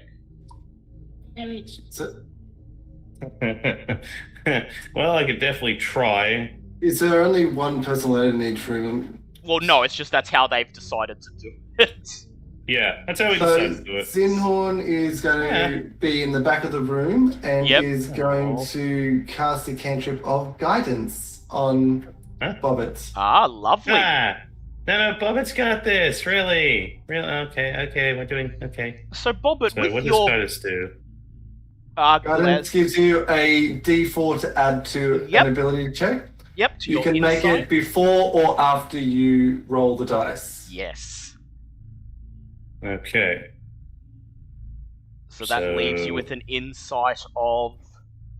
Alright, let's see. Oh, God, I don't think the D4 is going to help there, because that's just a flat 4. Yeah, all you're able to tell is that the lightning does appear to be on some sort of pattern, but it flashes too fast, too quickly for you to determine what pattern it is. You're just going to have to try and reach in when the lightning is gone. So if you'd like to do that, you may make a sleight of hand check. Well, sleight of hand. Do I even have anything for sleight of hand? Not much, but hey, give it a go. Actually, no. You tried to screw me up with the insight, so we'll go with a different one. There's a 16. Yep, that's We're enough. gonna need. Oh, okay. So I Time. don't need the guy. How long does guidance last for? It's only once you can. Yeah. It's once in a minute.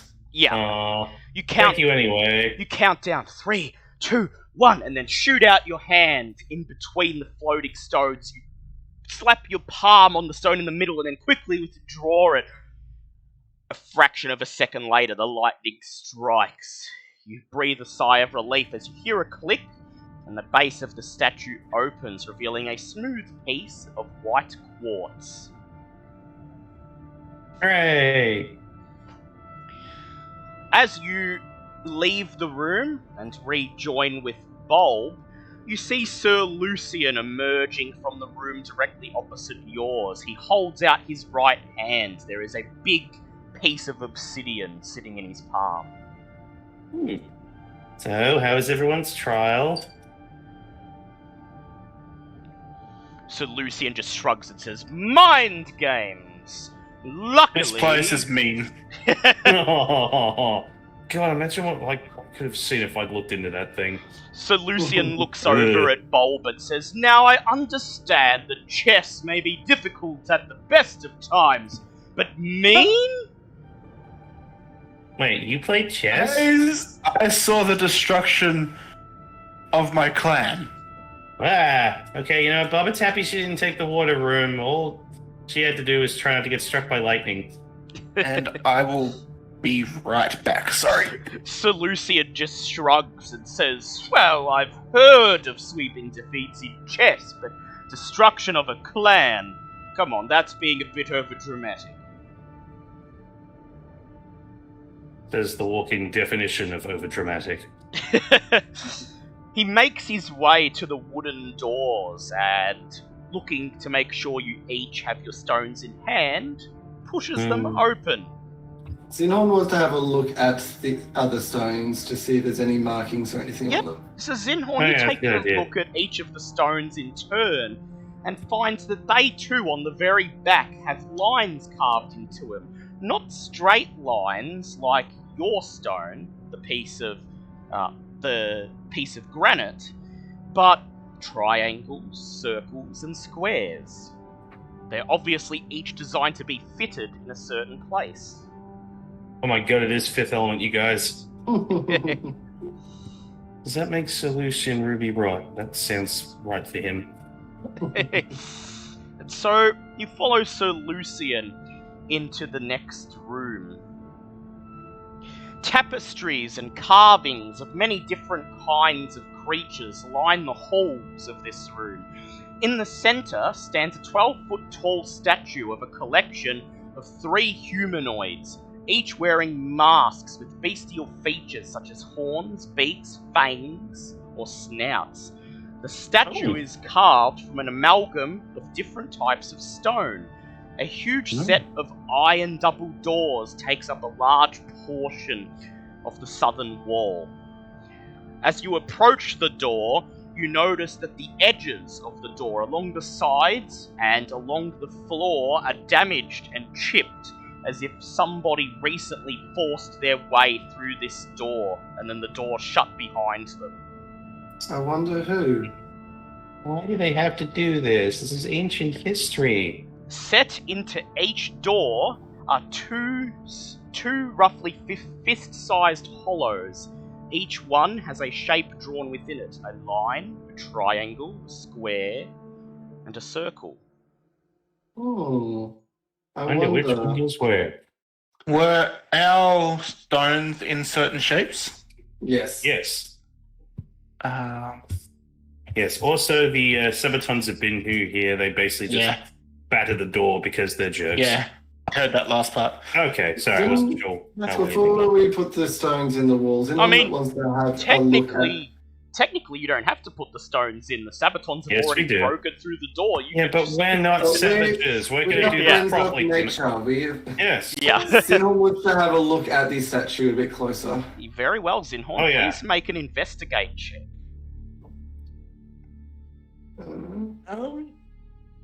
While he's doing that, did all of our stones have an amount of lines in the back of them? No, Yeah, no, there's no. They different just had things, completely different different shapes. shapes, yeah. So it's quite obvious where they fit. Yeah. The And square block goes in the square hole. Can I do guidance on myself, or is it has to be You can do And guidance what- on yourself. Zenon's going to do guidance on himself because he's not the best with the investigations. And failing that, Bobbit can look too, because she likes this stuff. Well, that is a 19 plus 4, so that's Okay, wow. a 23. Never Yep. mind, tell Bobbit what you find. So, Zinhorn, you examine the statue, and you notice that these, what you thought were 3 humanoids that were part of the same statue, are in fact separate statues. There's one larger one in the middle, and 2 smaller ones. They have the likeness of demons. They have horns, and long barbed tongues, and pig-like snouts. You notice under the surface of the stone, where all of the limbs join the body, are metal cogs, indicating that these statues can move. Furthermore, you notice that all 3 statues are covered in chips and scuff marks, as if they've been damaged, perhaps in combat. Fully designed It's to demon attack friendly it. layer. Gonna take a stab at how this works, if we can. Do you recognize these, demon lady friend? You can make a religion check if you like, Bobbit. Wait, was he calling me Demon Lady, or was he saying, do I recognize them, Hey, he's Demon calling Lady? you Demon Lady. Ah, You bring the demons around. that is true. I missed that spell. Also the one that turned me into a demon, but we're working on that. That's an 18. 18. The statues do not appear to resemble anything in particular from Chult and folklore that you're aware of. Rather, they just seem to be deliberately designed to look dangerous, indicating their function as some sort of guardian. Right, with Zinhorn's investigation, can we see if it looks like they've moved recently? I know they said they were scuffed and marked, but All he can tell is that they can move. However, Zinhorn, yes, you can tell that the scuff marks appear to be recent. So, using that information, if we had to make a guess, they brute forced the door, which meant the statues attacked them and got put back in their place, I guess. So if we use the stones, they probably won't attack us. Probably.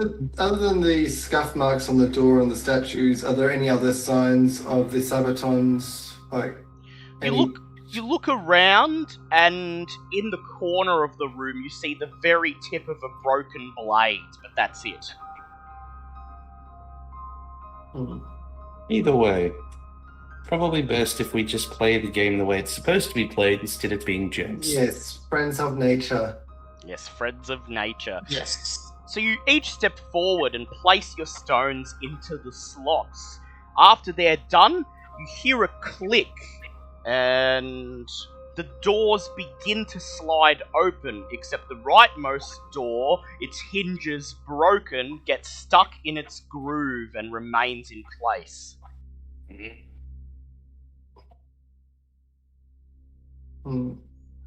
However, you are able to squeeze in through the left door. As you squeeze through the left door into the corridor beyond, the clicking continues. The right door, stuck, still shudders, and then eventually snaps off its hinges entirely and clatters to the ground in the Guardian's room. You find yourselves in a long, narrow stone corridor. The walls carved with images of floods, raging waters, tornadoes, rain, lightning, and wildfires. At the very end of the hallway is another set of stone double doors. They are already slightly ajar.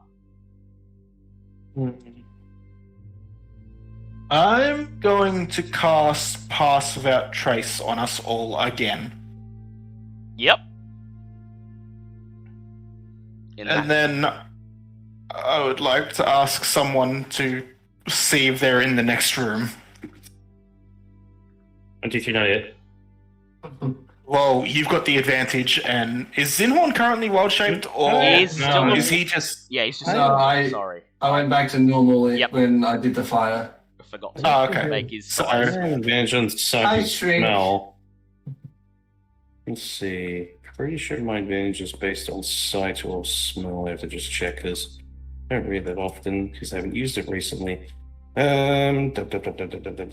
Hearing or smell? Hearing. Well, yeah, hearing will be useful. Okay, well, I will stay where I am. Alright. So you want to just try to see if you can hear anything from here, or do you want to creep closer down the hallway? We'll go past that trace. I mean, give it a go. Yep, make a stealth check, please. With advantage, although I don't think I can roll higher than 19. So 19 plus 13 equals quiet. Yeah. Zinhorn got us stealth down as well, Alright, Zinhorn, go ahead and make one. and that it was a 23 plus 10. 23 plus 10. Okay, so Bobbit and Zinhorn creep about halfway down the stone corridor. I would like both of you to make a perception check, please. And Bobbit, you may make it with advantage because this is a hearing check. I am a listen. It's a 15. And that is a 23. From beyond the stone door, you hear shouts and clashes of metal. Like the sounds of battle. You hear someone shout, "Don't let her get away! Get her! Over there! Simmons, you take the left flank!" Are they fighting someone in there?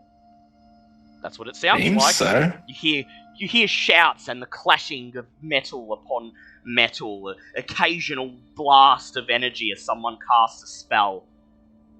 Yeah, we should probably get in there.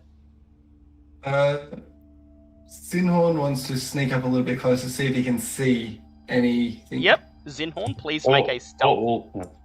We'll move back and tell the rest of the group to, or at least motion for them to Come try join. and move down, because Yep. obviously, yeah, we're probably about to get flung into battle again. Zinhorn, please make a stealth check. So that is a 15 plus 7 plus 2 is 15 plus 7 is 22 plus 10 is 32. So Zinhorn, you creep towards the stone doors, and as you creep closer, the sounds of battle get louder. You reach the stone doors and peer through the opening, and on the other side you see a room that was obviously once some sort of entrance, caked with debris, a staircase leading to two sets of collapsed front doors, once the entrance to the temple. Inside, you see a group of Sabaton knights clad in black armor, gathering around a brown-skinned woman with shoulder-length black hair, clad in greenish-blue robes. She backs into the corner. Two curved swords, Kopesh, held in her hands in front of her. And Zinhorn, you feel that she would not be able to fight them all off on her own. So Zinhorn is going to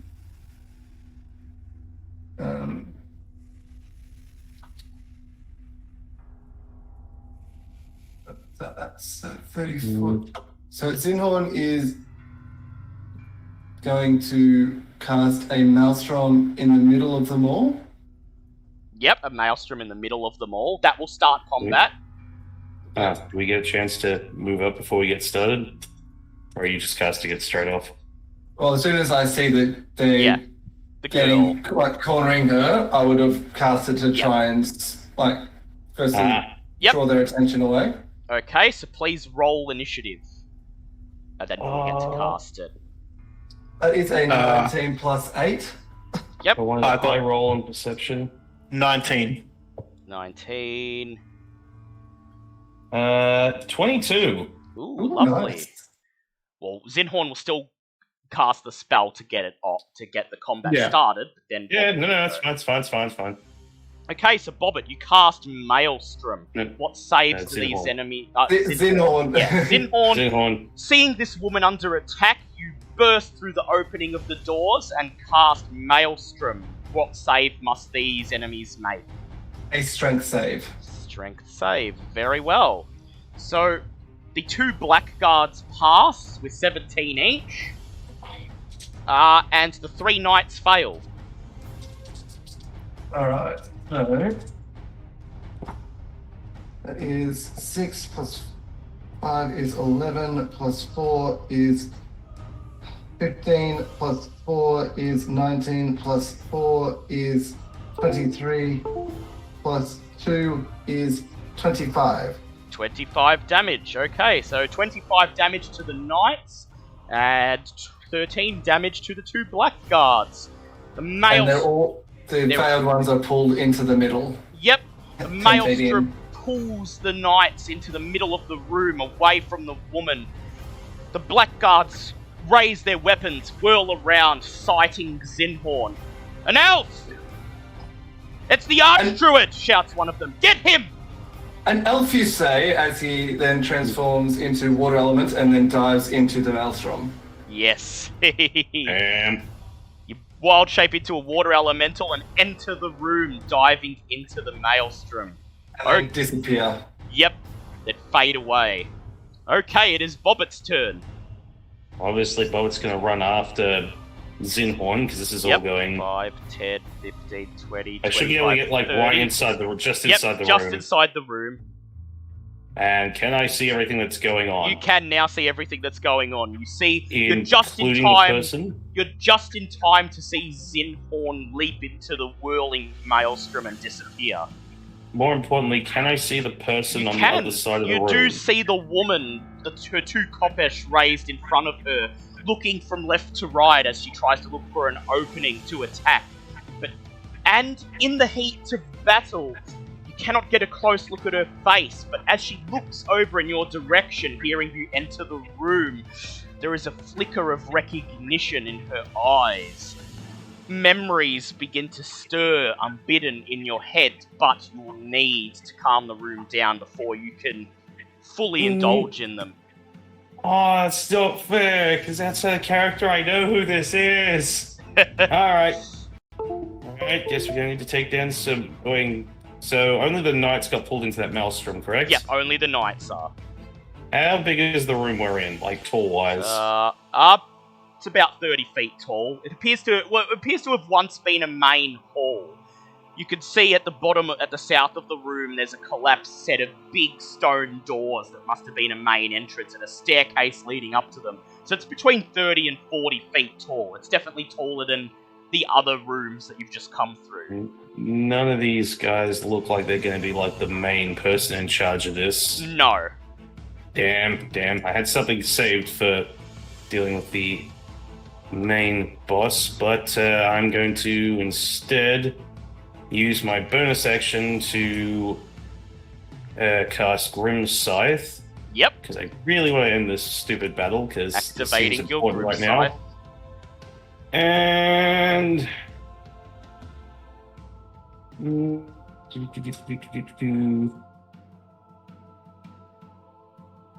I can't use any more... When was...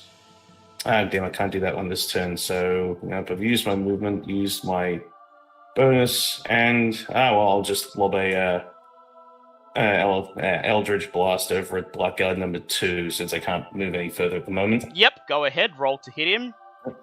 19 and a 26. Both hit, roll your damage. He's going to take 13 points of force damage. Nice.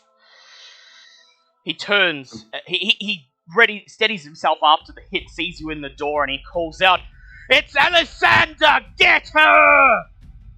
And you just hear Bobbit yell back, "It's the jerks who keep ruining temples! Shut up!" It is now Keeper's turn, and he moves 5, 10, 15, Yeah, he's 20. probably gonna have to like dash just to get in the damn room because he's slow boy. It is He the can enemy's dash. turn. Blackguard. Can keep a dash. So, No, Keeper. Oh, Keeper can dash, yes, at 5, 10, 15, 20. He still can't make it. But he's shuffling along. Close enough. Blackguard You got this. 1 runs towards Bobbit, taking they up all need to make a strength save on the knights. Yes. anyone who's in the maelstrom needs to do Yes. a strength save. Yes. So one of the knights passes, 2 fail, and the 2 blackguards both pass. Alright. So that is 6 plus 5 is 11 plus 4 is 15 plus 3. Wow, I rolled a long straight. Lovely. So Wow. yeah, so 11, 15 more damage 15. against the knights.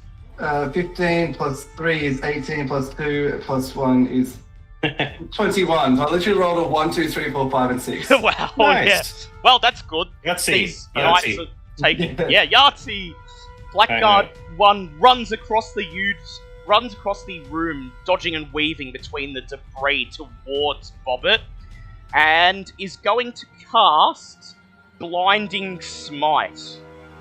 He then don't wanna hit raises. me. He then raises his glaive and gets a 26 non-natural to hit. Well, that's lovely. He can take 25 cold damage since I still hold Yeah, the armor of damage he Agathis. rolls.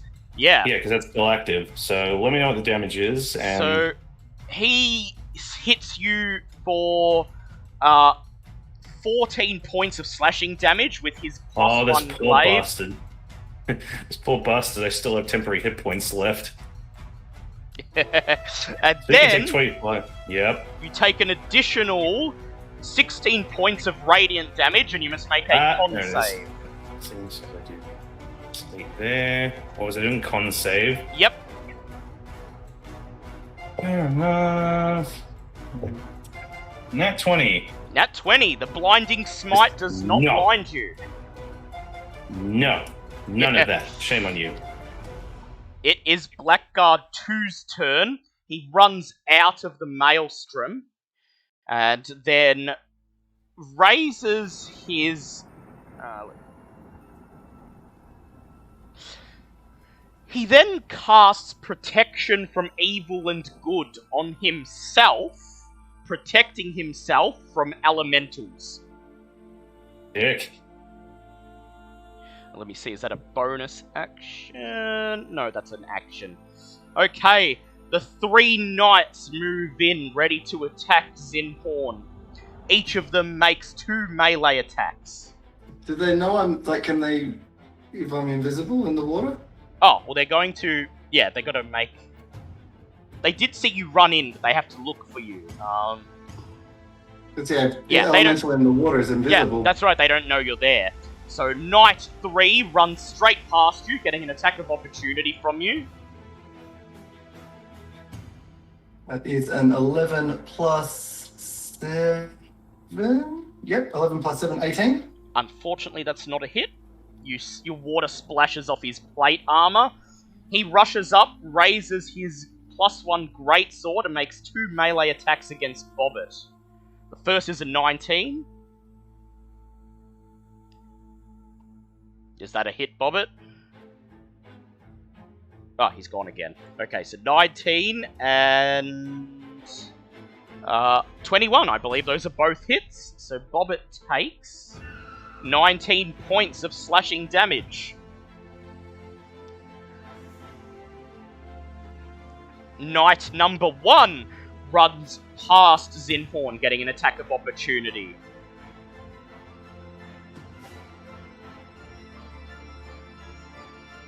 So go ahead, Zinhorn, roll an attack of opportunity against Knight number 1. That was less than the last one. So yep, once again, your water splashes off his armor. Knight, God. yeah, And all these I've got in the maelstrom is all. yeah, Yeah. you've Ah, taken this is- you've taken 19 points of slashing damage, Bobbit, from Knight number 3, Kept killing Knight. Why am I getting surrounded? because you're the only one they could see. I'm invisible in the water. Yeah. Well, that's You foolishly came running into the room. Yeah. Yeah, because fighting. Rah! Knight number 1 raises his greatsword +1 and makes 2 melee attacks. The first is a 16, which does not hit. The second Oh. is a non-natural 20, so Bobbit Why? takes 12 points of slashing damage. Ah. Knight number 2 closes in on the woman, drawing an attack of opportunity from Zinhorn once again. Oh, that's better. That's a 17 plus 7. Which then is Snake Eyes +4. Ooh, nice. Snake Eyes +4. Which is 11 +4, I believe. No. As in 2 plus 4. Oh, no, yeah, it's definitely not going to hit him, yeah. Once again, you cannot penetrate his plate armor. I rolled a 17 plus 7 to hit, and my damage was 2 plus 4. Yep, he raises his greatsword to attack the woman. He rolls on his first attack an 18, hitting her for 10 points of damage. He then goes in for his second attack, rolls a 12, and as he misses her, she uses her riposte reaction, making 1 melee attack back at him. She lashes out with one of her kopeshes, rolling 22 and hitting him for 7 points of damage. Then she takes her turn. She looks over at the doorway and shouts, "Lady Alessander!" She uses her cunning action to disengage from Knight 2, runs across the room right up to Blackguard 1, and then she makes 2 attacks with her kopeshes. The first one is a 25. She deals 6 points of damage to him. The second one is a 17, and he deflects it. It is now Bulb's turn. Little help. Okay. Bulb is going to run to here because otherwise he needs to actually dash. Yep. And then he's going to, and the feat that I have, the metamagic feat, allows me to swap out one of the metamagics every time it's a attribute score increase. Yep. So I swapped out subtle for twinned spell. Yep. I'm going to cast heat metal at second level, which is its base level. Yep. Oh. Can I see? Sorry, I need to just zoom in. I think the door's Can I open at this see point. Blackguard 1 from where I am? No, you can't see Blackguard 1. No? Okay. Knight 3 and Knight 1 are both going to be hit with heat metal. They thank take you. the damage regardless. Yep. Thank you. At second level. Yep. Go And ahead I'm and targeting roll. their breastplates. Yep. So it hits automatically. So that's 5 fire damage. But now they must make constitution saves. Yep. And I've targeted their breastplates. So Knight number 1 rolled a 10. Knight number 3 rolled a 19. So Knight number 10 Knight number 1 screams. Knight and number now 1 he must screams take and the full minute taking his breastplate off. immediately begins doffing his breastplate, kneeling down on the ground and undoing it while screaming, hot! And how much damage was that altogether? 3d8? Was 5 damage, you said? Yeah, it was only 2d8s because heat metal is yeah. second level as it is. Yes. Now, as I'm reading it, even if they succeeded the save, they still take the damage next They turn. do, But Yes. they do? Okay, yep. Every Yeah, turn so while that they're was wearing the it. save. It's just if they fail the save, they have to try and Yeah. take the stuff Yeah. off. While the spell lasts, so they that take was damage my- every turn. Yeah, okay, so that was my action. Yep. My bonus action, I'm going to call out vomit and cause my... Shield to Oh, actually, activate. how many times has Bob been hit recently? At least 3 times. 3. Why? Okay, no, I won't activate my shield. I will cast Healing Word at 4th level. On Bobbit, yep, so Aw, thank you. 4d4. Hobbit missed you. Is 4d4. So That's a bit better. So that was 2, 5, 6, 9, 5, 6, 14. 14 health. 14. I'll take that. That's better than nothing. It is Sir Yeah. Lucian's turn. He rushes down the hallway, standing beside Bulb, and then he notices that Knight number 1 is taking off his breastplate, so he brandishes his returning axe and hurls it. D20. I must ask you why you're doing this. And because he is taking off his armor, that's a hit on all 3. As the guy's AC Yeah. goes down, the guy's AC Yeah, goes down to yeah. 11. So, Yeah, if he's having a bad time now, give it a minute. so Sir Lucian deals 39 points of damage to Knight number 1, Damn. and Knight number 1 goes down in a bleeding heap, slumped over his Ah. breastplate. Oh well, never mind. It is now Zinhorn's turn. Alright, so. Gonna change my plan from what I was originally going to do. I'm going to stay in water elemental form. Going to make my way over and try to whelm the guard and the knight. Yep. Unfortunately, you'll catch the woman in this realm. I can only take 2 in, can't I? Ah, yeah, you can only take 2 in, but there's still a chance she'll take damage and then get pulled back out of you. Okay. So I'll get everyone to make their checks. So Mm. Blackguard 1 passes, the knight fails, and the woman passes. So the Oh. knight immediately gets sucked into your roaring maelstrom and he takes his damage. Yep. Is 7 plus 6 is 13 plus 4 is 17. Yep. How much damage is that? 17. 17, yep, he's still alive, but just barely is flailing around trying to get out. And the woman shouts, "Careful there, Zinhorn, you nearly got me!" Wait, she knows who you are too? Oh, Oh, this just keeps getting and better. then Zinhorn is going to dive with the knight inside him back Into the maelstrom. Yep. Oh, that poor bastard. and try Drag to get as far over to the other side towards knight 2. 2 as you can, yeah. So you drag Knight 3 along with you, he's screaming, "Ah!" It is Bobbit's turn. Is the Well, heated metal doing anything to Zinhorn? No. no, I think it's specifically only the metal. Yeah, only the metal, yeah. So the knight Yeah. is... He's burning inside water. Yeah, he's burning inside of Oof. water, but it's still not going to help the heat. Oh god, that'd be even worse, because that'd Yeah. like compress the metal. Because it's rapidly been heated, and then it's been cooled in the water, so he's having a horrible day. He is. Oh, well. Speaking of having a horrible day, Bobbit versus Blackguard 1, because I've gone from being surrounded to, hey, everyone's gone. Oh, I have at a scythe.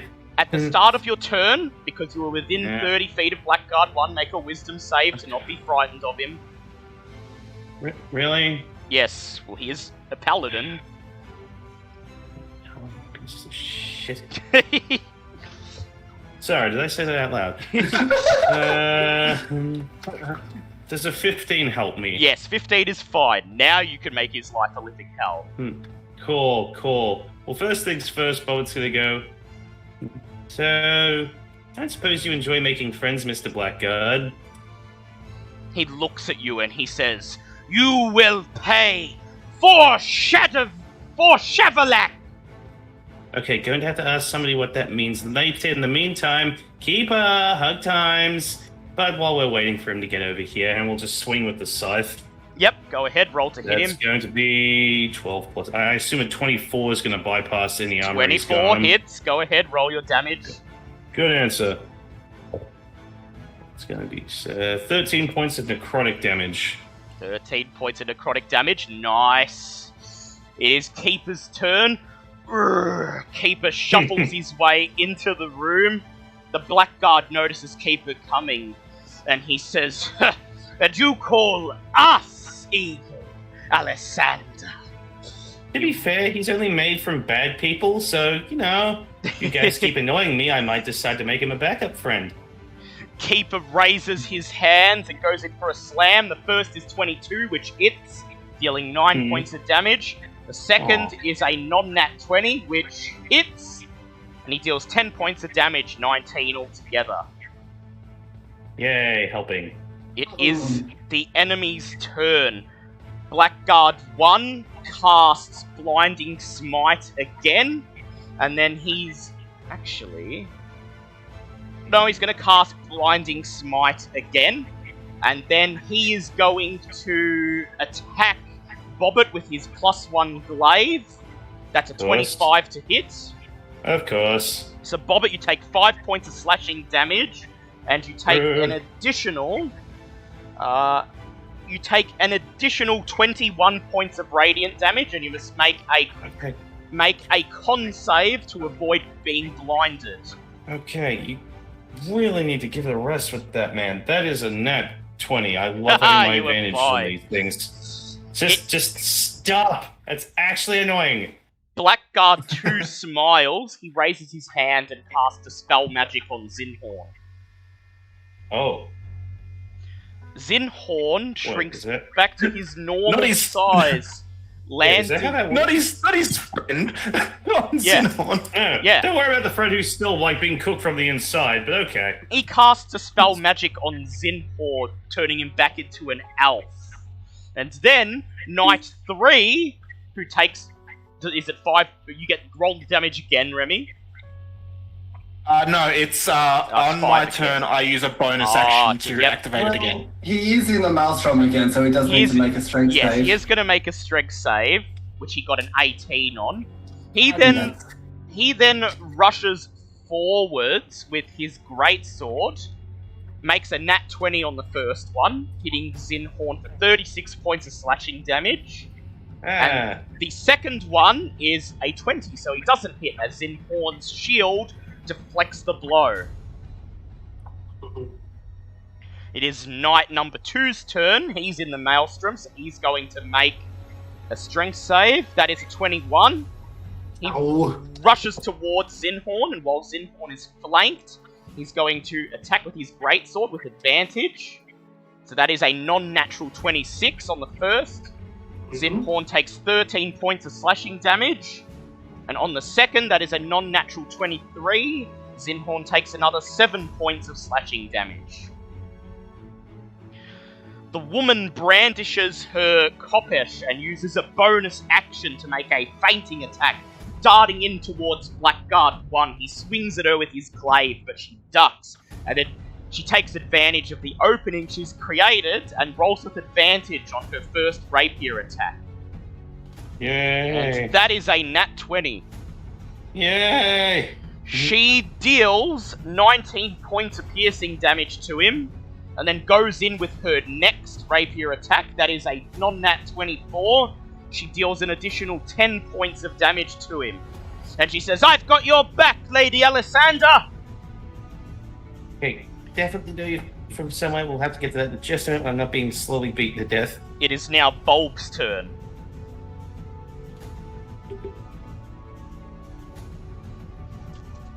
So...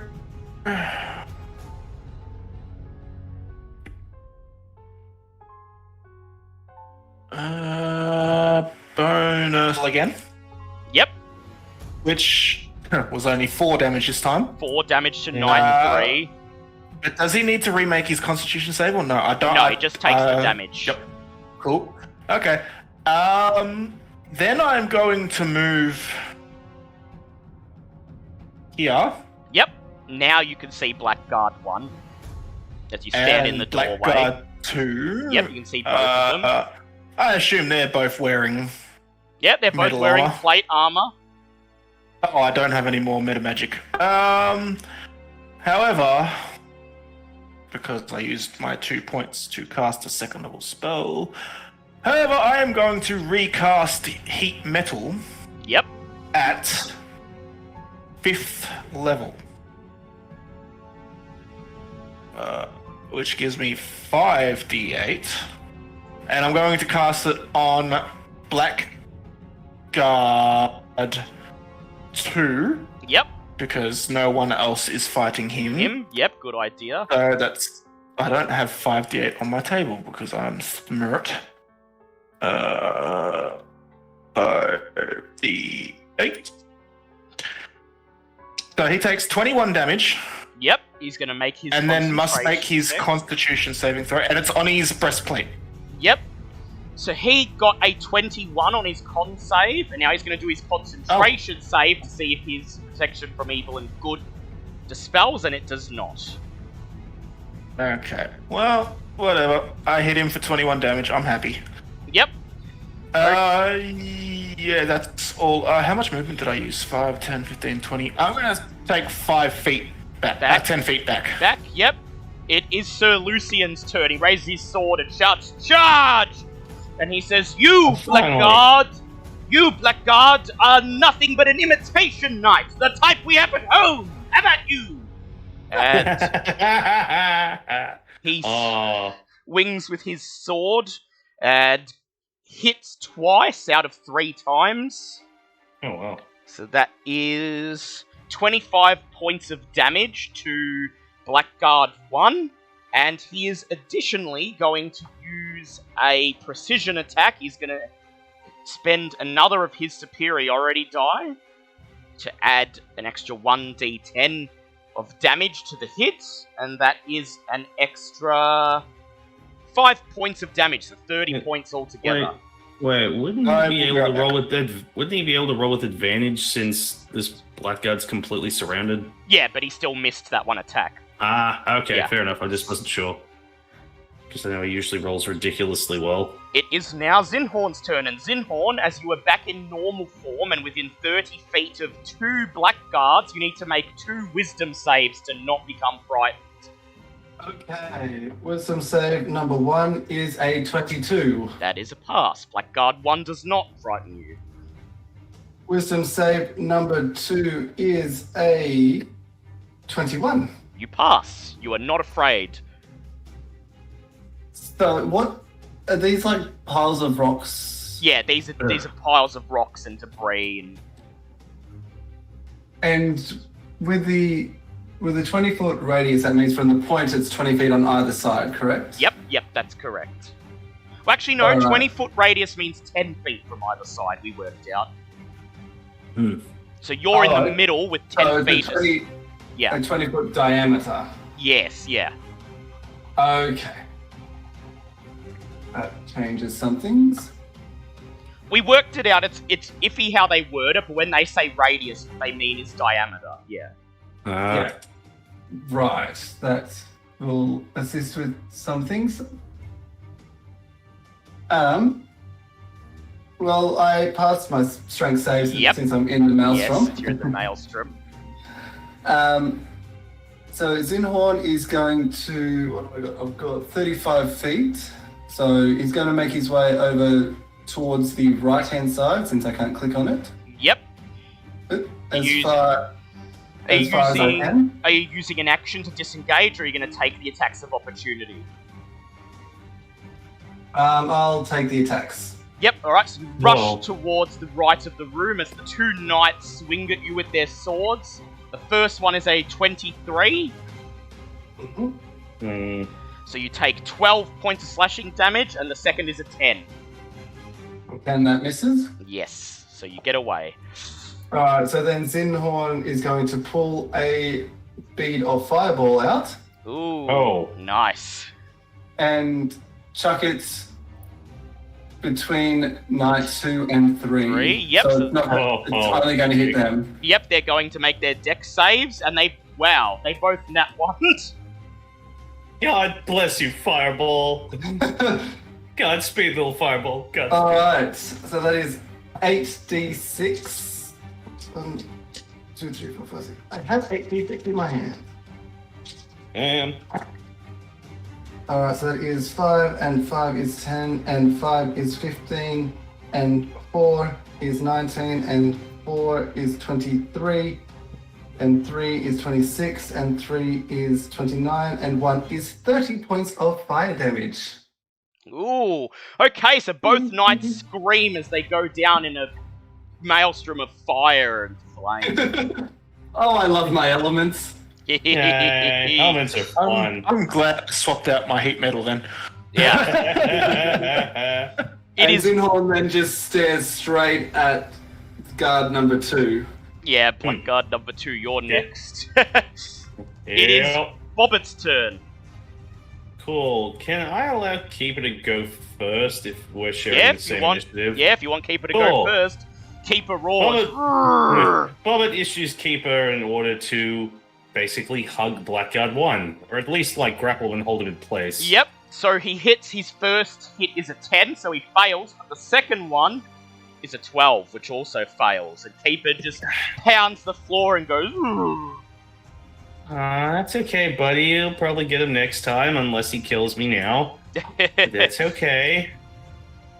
Okay, well, guess I'll try hitting him then. Do I get advantage because of him being surrounded? He is indeed flanked.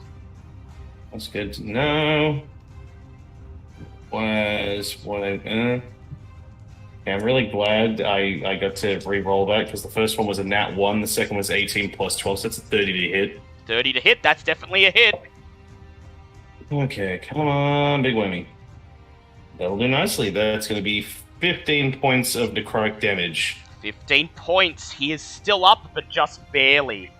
It is the enemy's turn. Do not worry, Lady Alessandra, shouts the woman, as she once again makes a feinting attack, baiting the Blackguard to strike at her and then taking advantage of his opening, rearing up with her rapier and going in for the kill. And that is a 15 on her first, and a 21 on her second. She hits him for 7 points of damage. It sticks her rapier through the back of his neck.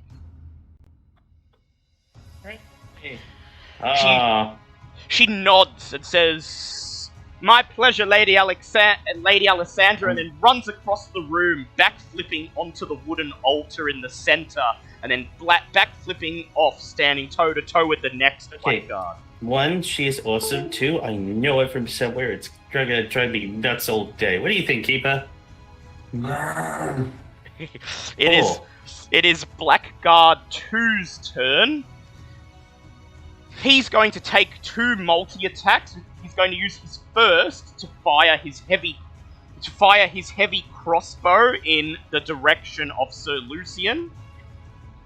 He rolls an 8. Move. He rolls an 18, so Lucian neatly deflects it. Then he uses his second action to strike at the woman with his glaive. That is an 11, which is a miss. She uses her riposte reaction to make a rapier attack on him. That is a 24. I really want one of these blades. And she deals him 10 points of damage. It is now Bulb's turn.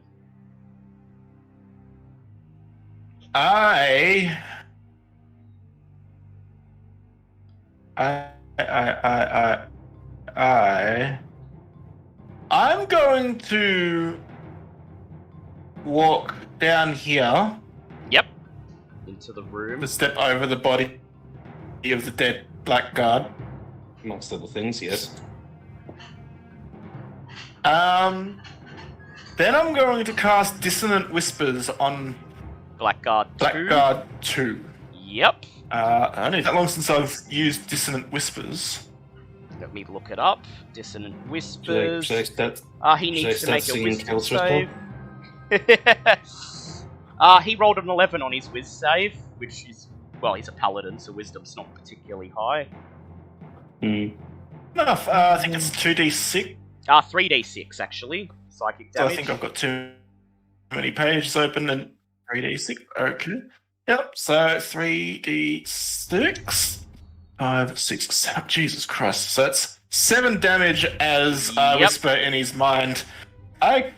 We killed your boss. What made you think you were special? He looks at you, And so he purses takes his lip, 7. takes 7 points of psychic damage, and then runs to the back of the room, drawing an attack of opportunity from the brown-skinned woman, who lashes out with her rapier, nat 20ing, Oh, he's never going to dance again. hitting him for 14 points as she strikes him behind one of his knees. Oh, he'll never be adventurer again either. It is Sir Lucian's turn, and he moves 5, 10, 15, 20, 25, 30, and he hurls his returning hand axe at the blackguard. 3d20, so that is 2 hits and a nat 20. Jesus Christ. 4d8, First, 4d8 plus 32. That is 47 points of damage Sir Lucian Dude. makes as his axe God. finds the man in the back of his neck and sends him toppling face first into the That was- into the that ground. was just his axe. That wasn't even his sword. Yeah, that was his axe. That's such a good plan for my next move. Thanks, Solution. That's Combat okay. is over. Once again, Solution has arrived in the nick of time to steal the final kill for everyone else. Which he But I'm does. getting the heavy Oh, impression don't- of spending more of these don't assholes. care. I was going I to come wanna over look to at this the glaive. edge of my maelstrom and simultaneously get rid of the maelstrom and then tidal wave all the water from the maelstrom at him. I mean, Ooh. I'm just that's staring awesome. as I'm just staring him down for taking me out of elemental form. Well, we apologize for your inconvenience. Bob is going to make a beeline Yeah. straight for the woman. brown-skinned woman, As despite the fact that she's like Um, at half health. Because ow, I. Yeah, Zinhorn's going to go in the I would middle like of to pick everybody. this glaive. Yep, Everyone, yeah, Zinhor's going to go in the middle of everyone and do a mass cure wounds. that's a good Hey. idea. okay, we'll inspect the loot first. Hey, I know normally looting is top of the card, but this is Yeah. person from past, so top priority. 3d8.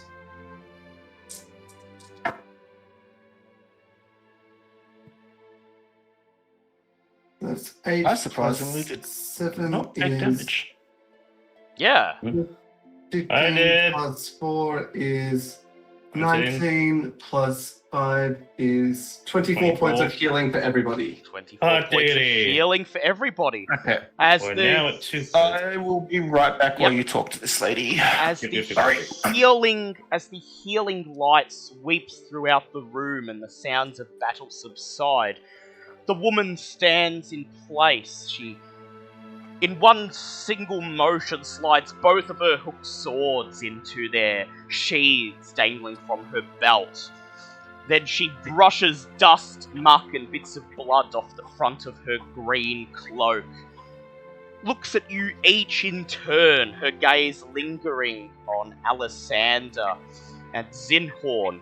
And then she takes a step forward, bows, and says, "Greetings, Lady Alessander, Master Zinhorn. I've been waiting for you.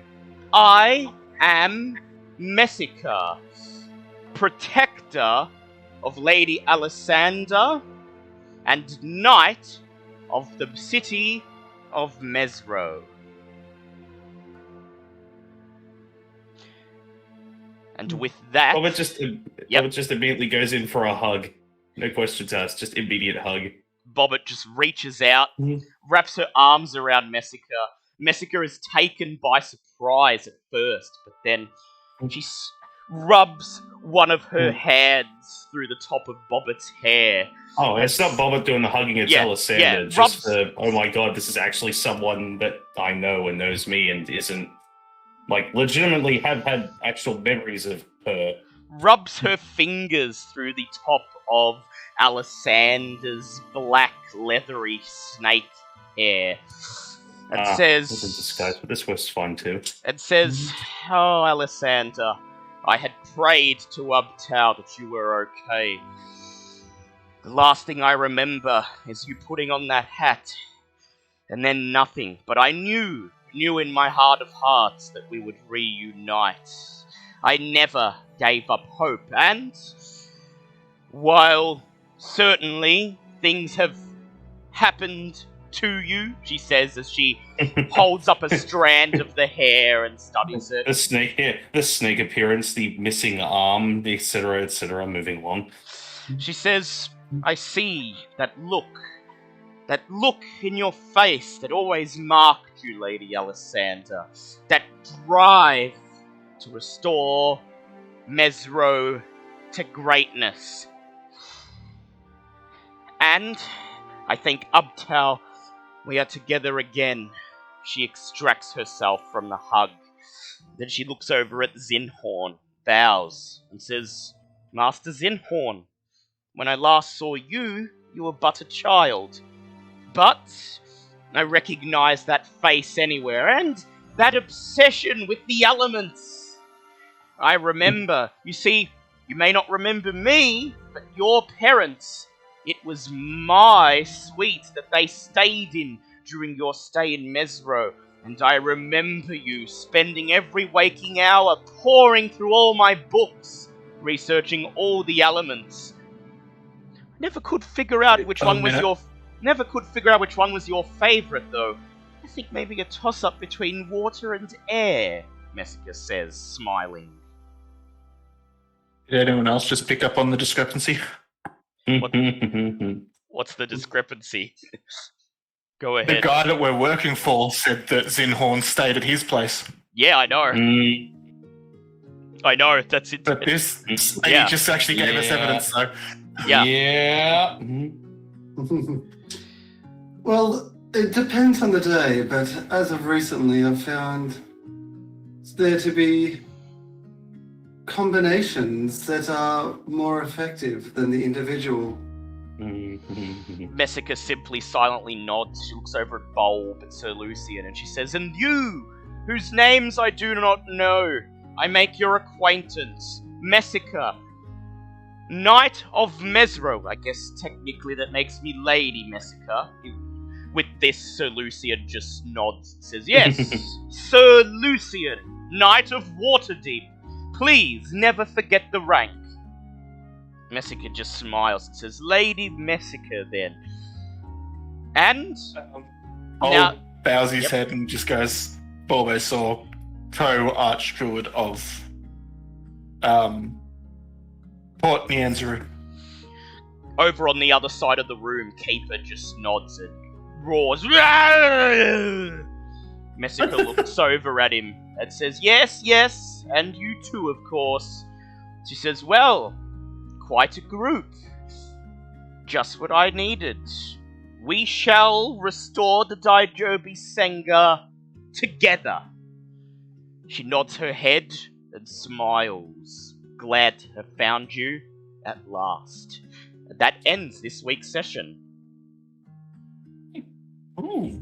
You may question her fully next week. Oh, hell yeah. Oh, God, it's going to take so long to get to next week. I have so many questions. And so, Just quickly before I forget, because a week I will forget, these glaives, yes, the are loot. they... So, the loot that you obtain is 2 + 1 glaives and 3 + 1 greatswords. The armor appears to be non-magical, though that is 5 sets of plate armor if you want to take it. Now, a glaive is a polearm, isn't it? It is a polearm, yes. Yeah. I can use it. I can't. I'm taking one of the glaives. I mean, if no one else wants it, I have reasons to hold on to items at the moment. Need things to solve. So you scoop up the remaining glaive, the 3 + 1 greatswords, and the 5 sets of plate mail, some of them covered in scorch marks, into It's your fine, bag we have of many. holding. Some still steaming. You each gain a point of inspiration, Ooh. Oh, yay! and with that, we will return next week. I'd like to thank everyone Yes. who joined us today, who bared with the technical issues we had towards the start of Yes. the session. I want to thank Godfire9999 for joining us during the session, for saying hello, and for the follow. We will be back Hello. next week with more D&D, and with Vampire the Masquerade as well. Tomorrow, we'll be doing a sub-episode of Vampire the Masquerade, but that won't be live. But do expect it to show up on YouTube and all of your favourite podcast platforms sometime tomorrow. Until then, everyone, when you see Messica of Mezro, give her a big hug. Yay!